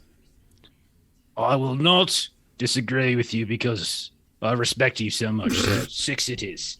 I appreciate that. And you can put those anywhere you want in any of, either Insight, Prowess, Resolve, or your playbook advancements. Gotcha. And now let's take a look at our returning Madam Asaria Bellevue, who I'm quite certain that the crew is very happy that she's back this week. So did you mark all your desperate actions? I never take desperate actions. I take controlled actions under slightly less than ideal situations. That's fair. That's fair. Did you address a challenge with deception or influence? I would say 2 for this. Twice over. While you were gathering information, you were definitely using your influence. You used your influence with Oleg's contact. You deceived the cult of woe, so you could take one of them out of the mix. So I would say 2. Your beliefs, drives, heritages, or background. Your accuracy, you're a dilettante. So yeah, your contacts, I think using your contacts would definitely be 1 there. Anything your sadism, I think your sadism counts for sure. You're definitely were sadistic. So I would say 2 from that as well. Yeah, I did kind of murder someone. Yeah, you don't have any traumas, and I think you only took pleasure out of your vice, so I don't really think it was an issue. So I would say 4. Do you think that's fair? That sounds perfectly fair to me. Tragically, my character is incredibly well adjusted as a cold-blooded murderer. That is true. She is a very, very well-adjusted serial killer. Yeah. All right, let's find our now demon. She should have been a priestess. Our demon partner buddy Biscuits, bound to the demon. He's had an interesting day. Bound with friends. I mean, buddies, getting to know work each in other. progress. So it's a working relationship. Oh, there's so many things I would love to say. Did you mark off all of your desperate actions? Yep, I made 2 desperate actions in prowess. Did you address a challenge with tracking or violence? You were definitely using tracking while you were tracking down the cult of woe, and your work in the church. And definitely violence. I mean, there can be no doubt about it. When you hear teeth crunching on a spine, you know some violence has been perpetrated. Did you express your beliefs, drives, heritages, or background? Military background, definitely for your tracking and setting up your sniping position. What were your thoughts? Yeah, that definitely. Anything else? Feel like the idea that he really felt like he had to try and escape at least. Yeah. Even though he could have escaped on his own just by dislocating his First thumbs, duty of the prisoner. he was trying to escape with both of. Yeah, I like that. Yeah. So I would say 2 for that. So you're up to 4. Did you struggle with issues from your vice or trauma? So not your vice. You didn't do any bare knuckle boxing to stupor. The only trauma you had at the time was haunted. Do you think that impacted you in this? Well, he's now also demon bound. It's true. So you are vicious now, and you did. I think the vicious plays into his vice. Yeah. As well, because part of it is him trying to deal with his anger issues. And yeah, he's got more of them now. Wait, you have anger issues? I would say 5. How are you good with 5? Yeah, sure. I'm good with 1. I only need 1. Okay. Well, remember, you could put your other experience points in Insight, Prowess, or Resolve as well. So they don't all have to go in your playbook. They can go anywhere you want. So that's put 1 in there. That's everybody but Placid, our now very beaten and blown up buddy, our whisperer with a blunderbuss. Well, I used to have a blunderbuss. Used to have a fine spirit hook too. But did you mark off all your desperate actions? I did mark off my desperate actions, yes. Did you address a challenge with knowledge or arcane power? Yes, absolutely. I went and gathered information by hanging out with a demon in a weird shadow realm and trading a ghost that was actually a problem for us in exchange for something that was useful. I would say 1 for that. I Did you accept do it anywhere? Okay. Did you express your beliefs, drives, heritages, or background? Yes. Hang on, got to get the right bits. Being Akarosi didn't really play much into what we did, but my military expendable background certainly did, because I do tend to just throw myself at things. Yep, that's true. True. And my traumas are reckless and haunted. So Yeah, constantly getting away from the hauntedness and definitely reckless. I kept pushing I would things. say, without a doubt. I would say 4. 4? What do you think? Yep, I could take 4. 4 is good. All right. Now let's take a look at the red ledgers. Oh, and by the way, after you murdered the Cult of Woe and you ransacked their lair, you find artifacts, information, and documents that you can sell that are worth 10 coin. So if we come back for season 2, if you want, you can actually have paid off your debt to Ilyana Komarov and bought yourself up a tier if you want. That's something we can talk about offline between now and season 2. But in taking a look at your crew sheet, did you execute a successful accident, disappearance, murder, or ransom operation? Yes. You murdered an entire cult. So, and you dealt with Veldrin's ghost. I didn't give you crew experience for that, so I would give you 2 for that. Contend with the challenge above your current page. Okay.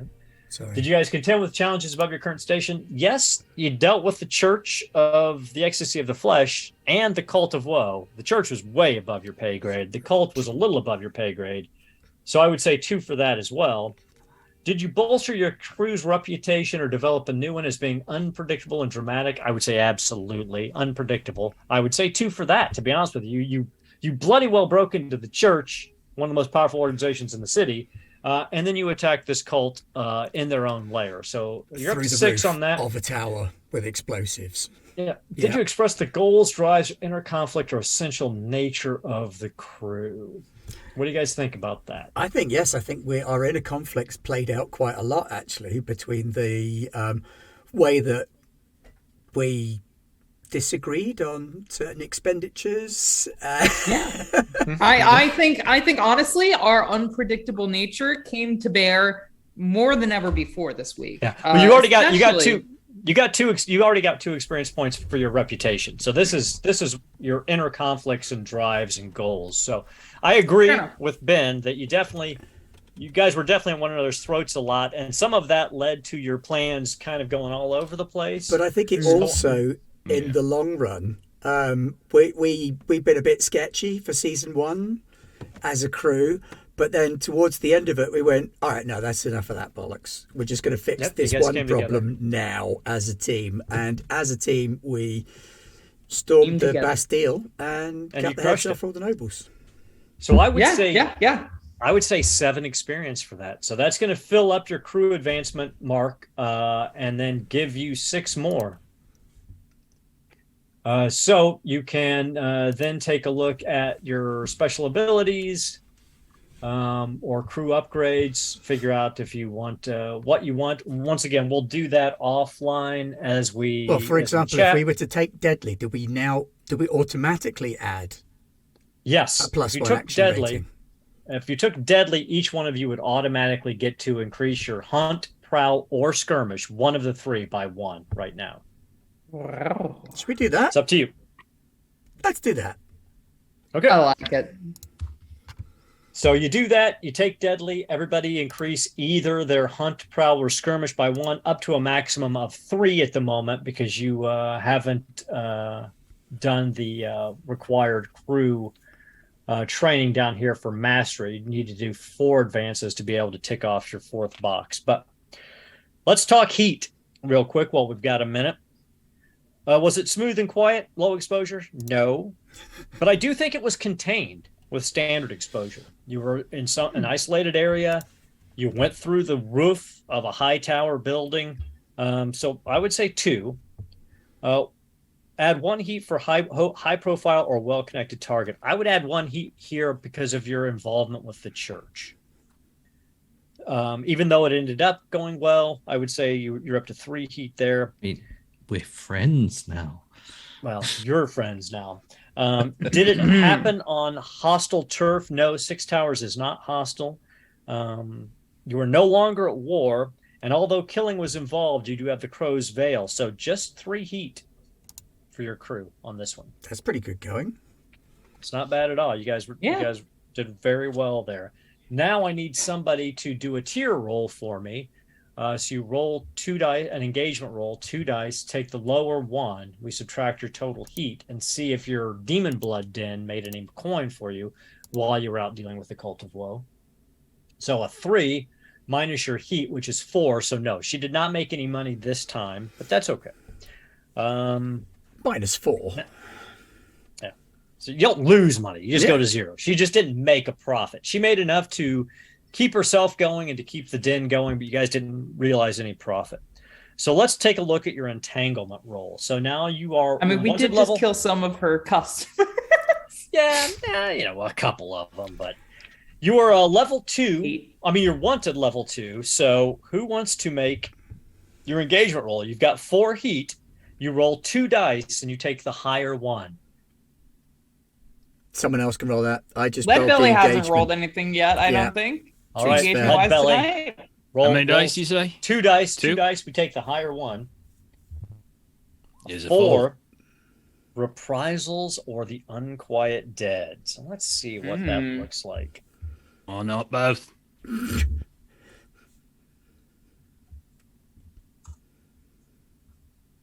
Okay, yeah. So what happens is the leader, the spirit of the leader of the Cult of Woe is immediately freed from his body. He had some kind of connection to his spirit well. And you sense this, Placid, as his ghost immediately erupts from his body and is pulled away. And you know, without a doubt, that that's going to cause trouble for you in the future. So that brings us to downtime. It's 3:06. Do you guys want to get through some quick downtime, or do you want to hold it to the beginning of season 2? I would quite like to do the downtime now, but it's more up to sort of Lewis because it's later where you are. Well, it's fine by me. It's Okay. Saturday tomorrow. All right. Well, Good then idea. let's start with our resident demon-bound buddy, Biscuits. You have 2 downtime activities. One of them must be spent feeding the demon. Whilst Now- sitting in the den, Biscuits just gets up, and to no one in general, even though everyone's there, he just goes, "Should we go have some dinner then?" and walks out the door. And we see, we flash and we see Biscuits walking into a subterranean hidden door into the bowels of the cathedral of the Church of the Ecstasy of the Flesh.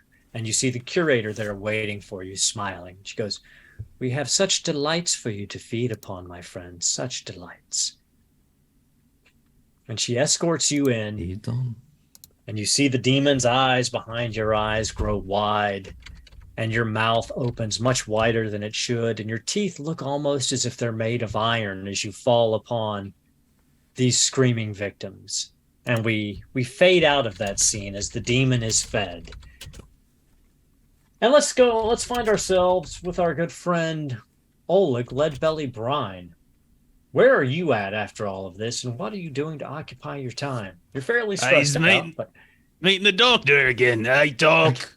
I came. You warned it's not work. Something happened. I think something. Yeah. I told you gotta You got to do better. You know, it's not quite working. Oh, One second. Bits of tooth out. Now, Something's before wrong. we get into this, I do have I guess, an important question. Did you guys want to spend the 8 coin to advance the red ledgers to tier 1? Yeah. Yeah. Yeah. Okay. And that's going to be important for these rolls. So you paid off Ilyana Komarov with 2 coins for the favor. But And of course. your rep goes back to 0. Your hold goes to weak, but you are tier 1 now. And I've made that change already on your character sheet. So when Harold comes in, he's like, all right, he goes, I've been able to get some better supplies. Apparently some friends of yours like what you're doing, and they dropped some medical supplies by for me. So let's see what we can do. So now Harold is effectively a tier 2 doctor. So you roll 2 dice and you take the better of the 2 when it comes Good. to your healing clock. Okay, because I got to tell you, it wasn't really impressive. I mean, every time you fix it, I go out and it breaks again. So something isn't I know, quite Oleg. right. I know something's not quite right. Sadly, you don't know what it is, but I do. But let's see what we can do about it this time. Okay. So go ahead and give me the healing roll. All right. 2 dice. It's a 6. 6. So you fill up 1 healing clock. So your bruised and battered level 1 effects disappear, and your broken bones go down to bruised bones level 1 harm. Okay. All right, that'll do. Now you have trauma and you have stress. Right. So Yeah, I think I'll live with the fact that they're just bruised now, and I'll probably at some point just be like, all right, that's fine. I think, I feel it. Oh, yeah, I think that's just the muscles, tearing and right. re-stitching them, making me stronger so I can look swole. I'm So I sure. think Oleg. that's- Yes, absolutely. In fact, I'm sure I'll see you next week, and we'll address it then. Right, Whatever because happens you're to not you. good at this, so I'm probably going to have to get you to fix it again. You do provide me with a great deal of practice. I appreciate You that. should try for a more long-term solution. That's why he's an That's all I'm expert. saying. It's all the I practice he absolutely gets. should try for a more long-term solution, but for some reason, I keep coming back to help you. I used to be a professor. You know that? I'm very smart. I don't remember anything about it. Sadly, I have to say that I don't believe it, but that's all right. You do you, and we'll be back to talk again, I'm sure, quite soon. We fade away from that as Leadbelly's probably heading off to find Veldrin, and let's take a look and see what our horribly beaten up friend Placid is doing with his downtime activities. Poor darling. Well, one of the things that Placid has done is he's taken the veteran special ability advance Vigorous from the Cutter's playbook. Very nice. Because I get so hurt so much, so often. Very nice. That's very smart. That's one of the best abilities out there, to be honest with you. So, and I'm going to what put a that little mean- bit of a ghosty spin on it by channeling energy from the ghost field to heal myself. Makes sense. Yeah, I like it. So I'm assuming you're talking to Harold, or are you talking to your girlfriend? I Who are you think going that to this for would be time with the girlfriend mostly, because Okay. I've only got like a little bit of blown upness, which Harold would Okay. fix, whereas 4 of those boxes are full of spirit-based damage. Okay. Oh my! I don't even see how you're on your feet. Oh, come into the back, into the cavern. I've got some poultices and a demon wine that may help a little. Oh, this Yeah, is going to be great. so difficult. Oh, I've had a brilliant plan. I think I worked out how to pull energy from the ghost field to heal. It'd be great. Watch, I'll You'll help have you. to tell me all about that. Oh, it's wonderful. Once again, you guys went up in tiers, so did she. So she gives you 2 dice for healing. You get a bonus die for vigorous. You get to roll 3 dice on this healing roll and see how you do. Yeah. 6 with the 1 block. So you fill up your clock and you actually come around a second time and get a second tick off of your second block. So your level 3 blown up disappears. It goes down to level 2, blown up even a little less. And then your level 1 harm just becomes electroplasmic, light electroplasmic burns, but you still are suffering under 2 levels of harm. You can go ahead and take your second downtime activity if you'd like and heal again.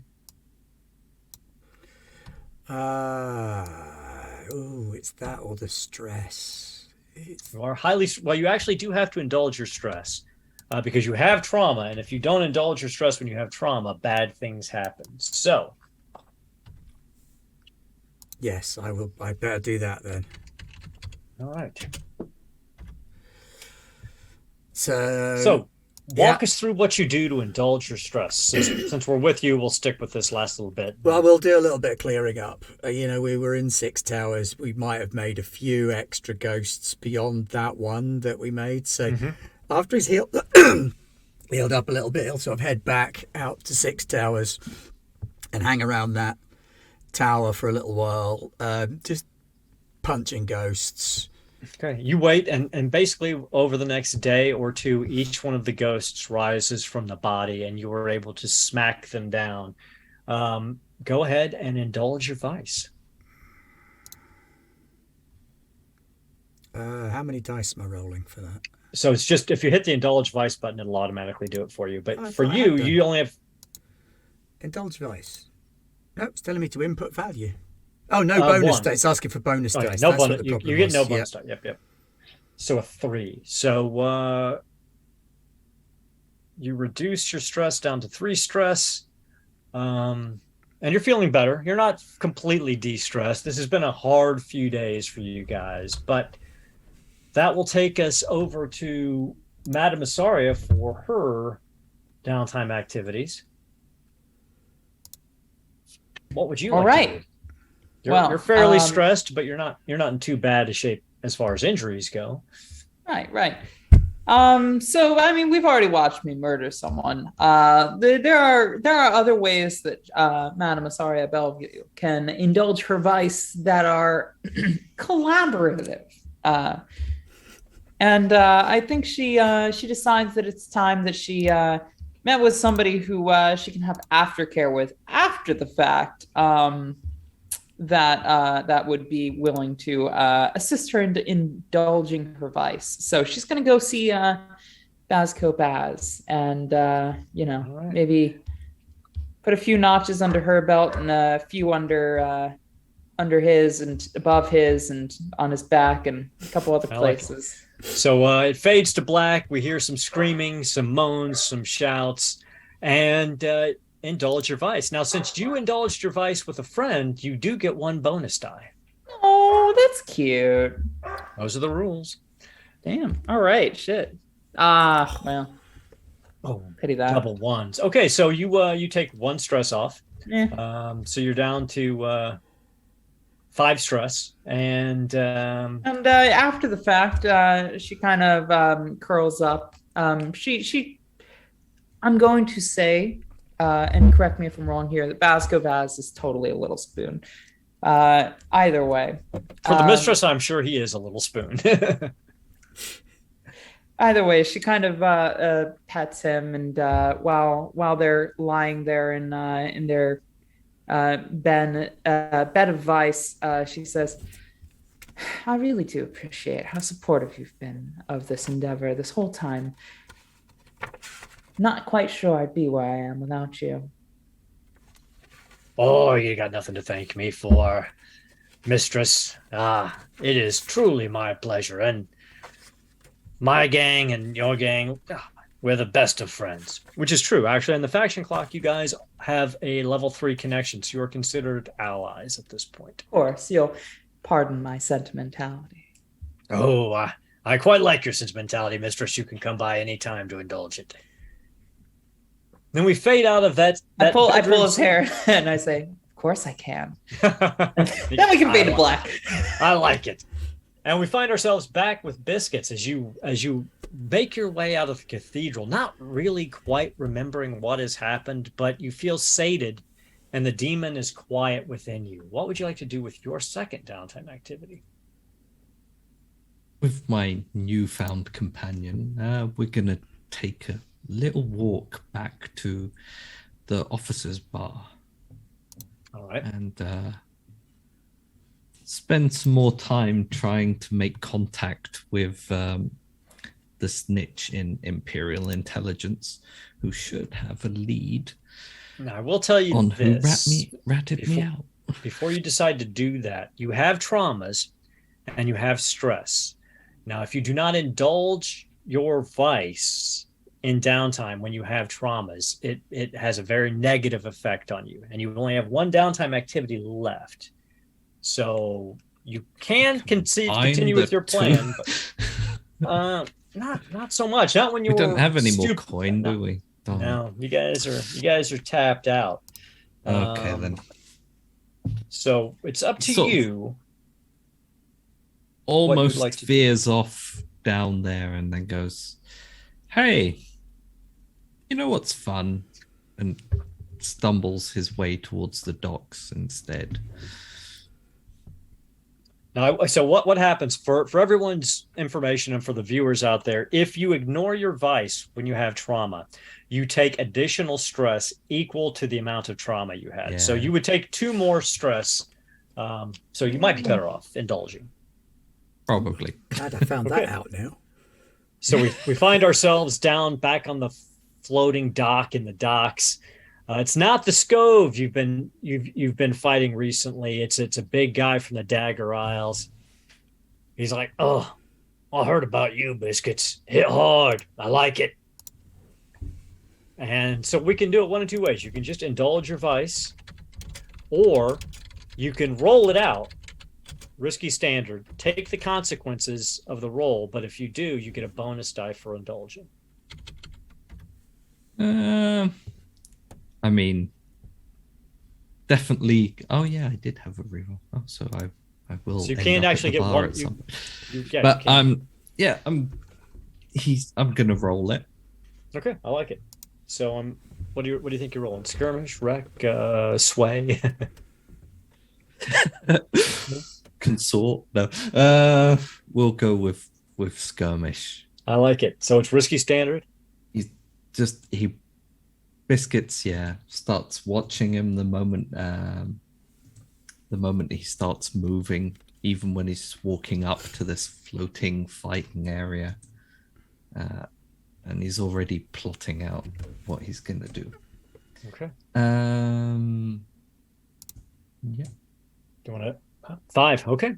So success with consequences. So you put him down. You put him down pretty hard, but he gets in a couple of good blows. You take 1 block of level 1 harm, gut punched. But you get 1 bonus die when you indulge your vice. So go ahead and indulge that vice.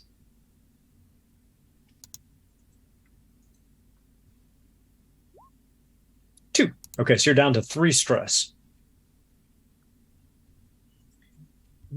There we go.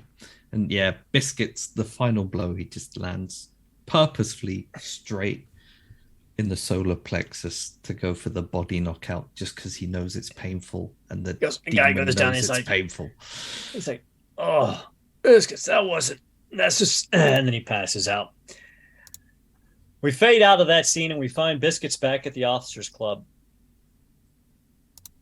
working on his plan to find out who betrayed him.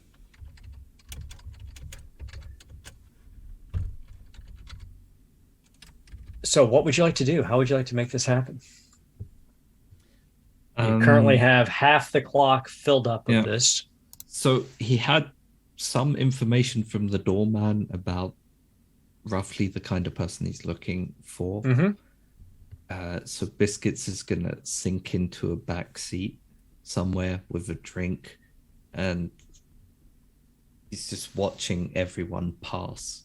Okay. And he's looking for that kind of person who looks like they're the kind of intelligent slime he's looking for.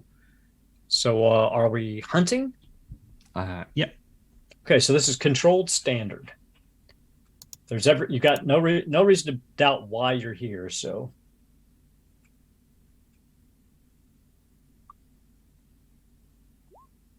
6, you fill that up, and you see As we fade away from Biscuits, you see an intelligence officer walk in that you actually recognize.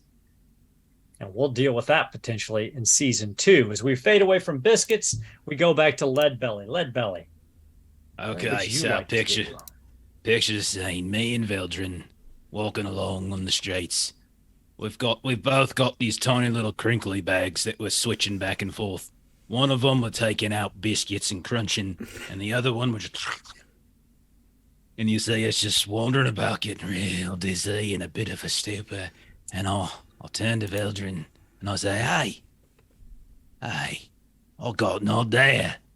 And so I'll lead him to Melissa's small church. And I kind of want to hear what she has to say.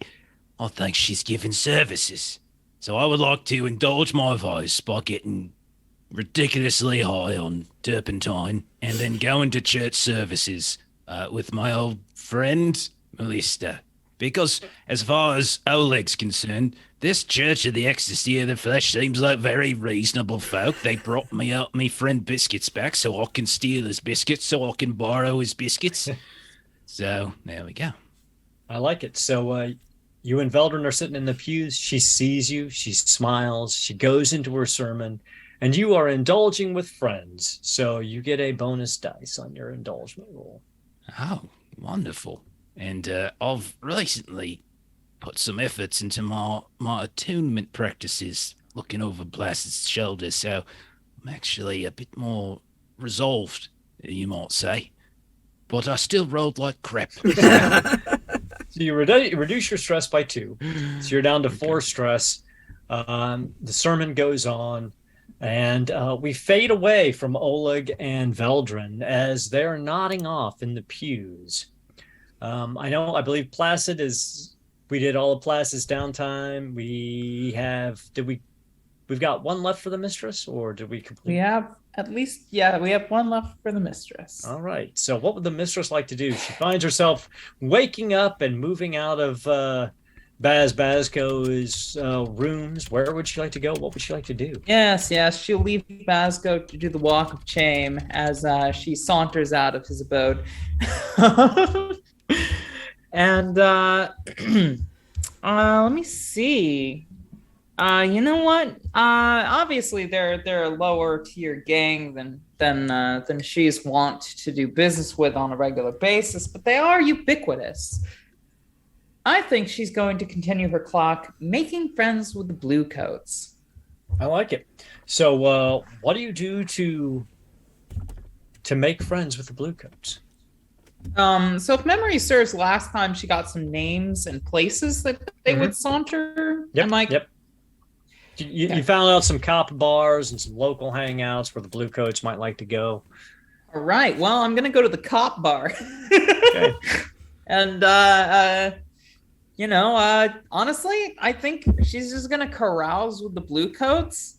Make sure that they recognize her face. And the name Asaria Bellevue as somebody who is fun to hang out with, definitely not doing illegal things, and perhaps even a patron of their practices.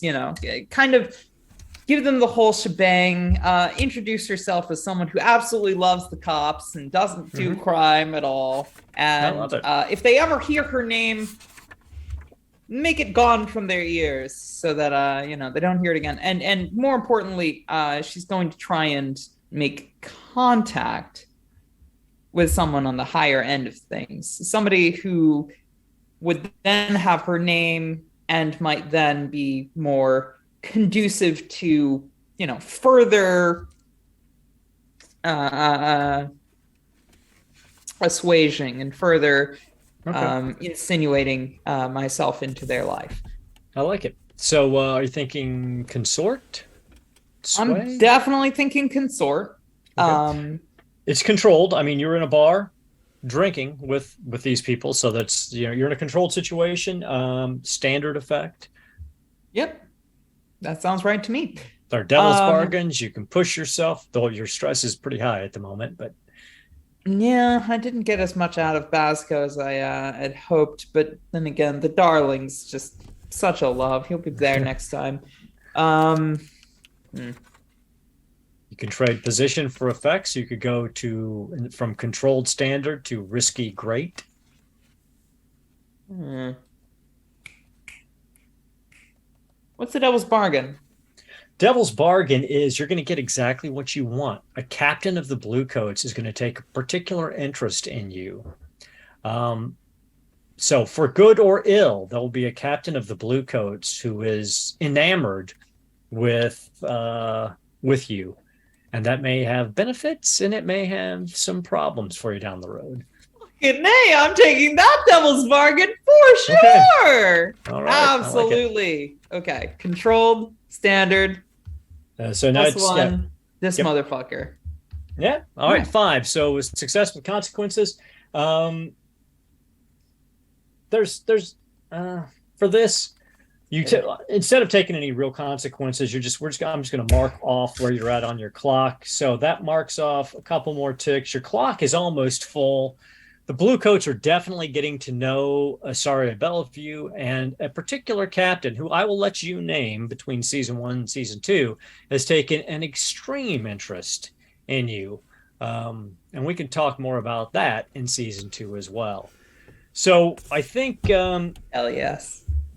I think we're at about 3:30 my time. I think we're going to call it there. A reroll in chat there. So can I we will yoink that for some extra healing?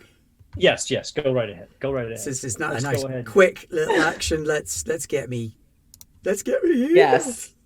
So we're back. We're looking at Placid. He's in the Vice Den. He's getting healed up.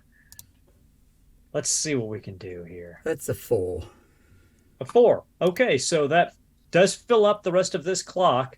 So you're back to just a 1 on your other clock. So blown up a little bit. So your electroplasmic burns go away completely, doing the healing, and now you're just slightly blown up. 1 box of level 1 harm. Yeah. And with that, I am going to say the curtains close on season 1 of the Knaves of the Dusk, and on my version of Duskval, as seen here on Garblag Games. Whether you're watching us live on Twitch or you're watching us later on YouTube, we really appreciate it. If you'd like to see season 2 of the Red Ledgers, please join us in the Garblag Discord. Let us know what you think. If you think I'm complete crap and you'd like to see somebody else run the game, hey, tell me that too. I love horrible criticisms. But in all seriousness, I hope you enjoyed it. I'm going to turn it over to my players for a little bit of a roundtable to see what they've got going on for the rest of this weekend and next week. Lewis, what do you have going on? Well, next week Thursday, I'll be running the One Ring again with episode 3 of The Heir of Elendil, where the Fellowship hopefully travels to Fornos the Rain without dying seriously, to warn the Rangers in time. Fingers crossed. Jeff, what does the Lollygaggers have going on? Yeah, twitch.tv/lollygaggers. Tonight, North American time, you can catch Aaron and I playing Hunter the Reckoning as we are continuing our chronicle there. Saturday, tomorrow, we are doing some Orbital Blues, kind of Cowboy Bebop, Firefly style stuff. And then on Monday, we'll be back to Savage Worlds as we're playing Holler and Appalachian Apocalypse. Fantastic. Ben, other than the One Ring on Thursday, what do we have going on in Garblag next week? Well, on Monday we have the grand finale of City of Mist, which means I have to work out what to do with the fact that Nye turned my big bad into styrofoam. Which I was not expecting. Of all the things that could have happened, styrofoam was not one I had planned for. Tuesday, we've got Coriolis, and things are getting exciting because the evil bad guys are about to do a big ritual to summon a Vestal from outside of space-time that will make everybody have a bad day. But they don't know that we're there to stop them. Ha! So we're going to trick them. Wednesday is Soulbound, You're in that, aren't you? Yeah. I am in that, yes. Yeah. Soulbound, big over-the-top Warhammery fun, minus all the usual death and rain that you usually get. That's true. Not old world. Thursday, in the mortal realms now. Yeah.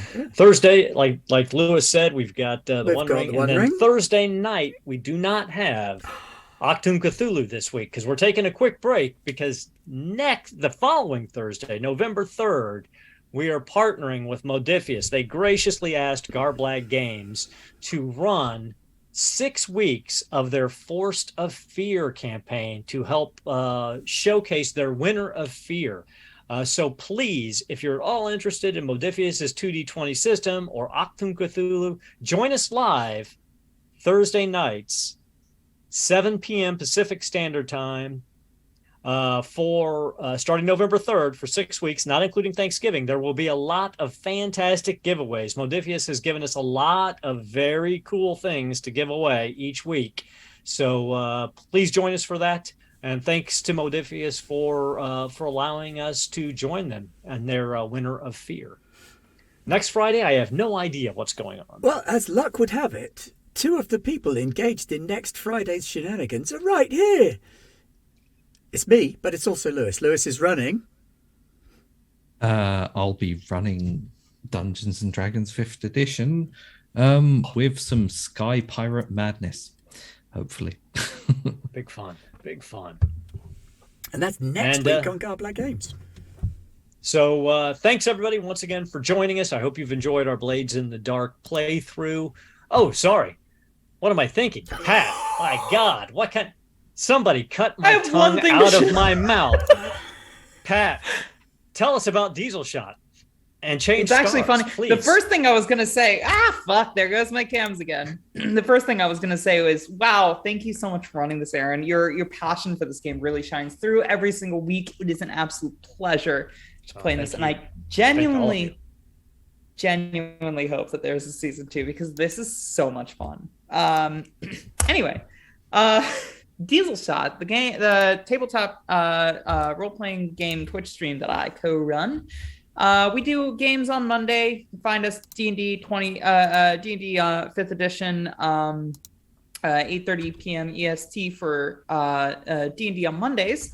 And this Saturday, 8:30 p.m. EST, I am starting a campaign. I have not run a campaign ever before, really, on the channel, like I'm preparing to do for this. But this Saturday, huge deal in my life, I'm going to be starting a Change Stars campaign featuring 2 of my favorite people at the moment, Debbie LeCroix on Twitter and Corrupted Spirit on Twitter. And we're going to be running a kind of buddy cop adventure in a neon noir city in the Change Star setting, and I'm really, really excited about it. So, you know, if you're on Lollygaggers, maybe after they're done streaming, you can find us Change Stars on Twitter, also long_spider on Twitter, and Diesel Shot is the Twitch stream. You can find us 8:30 p.m. EST until when we quit. This Saturday, tomorrow. I'm really excited. Fantastic. That sounds so cool. Change Stars is such a great game that you guys have developed. I can't wait to get my hands on it. Once again, thanks, everybody. And thanks to all my players. You guys made this a lot of fun and very easy for me. Unfortunately, Ty couldn't join us this week, but we'll get him caught up to speed with Bazuki for Season 2, hopefully in the new year. Thank you, everybody, and good night. Oh, and if you want to play more games, look, I'm putting my Start Playing Games profile there as well. So you can sign up to a game that I'm running in exchange for money. Good night, everybody. Thank you for coming to us.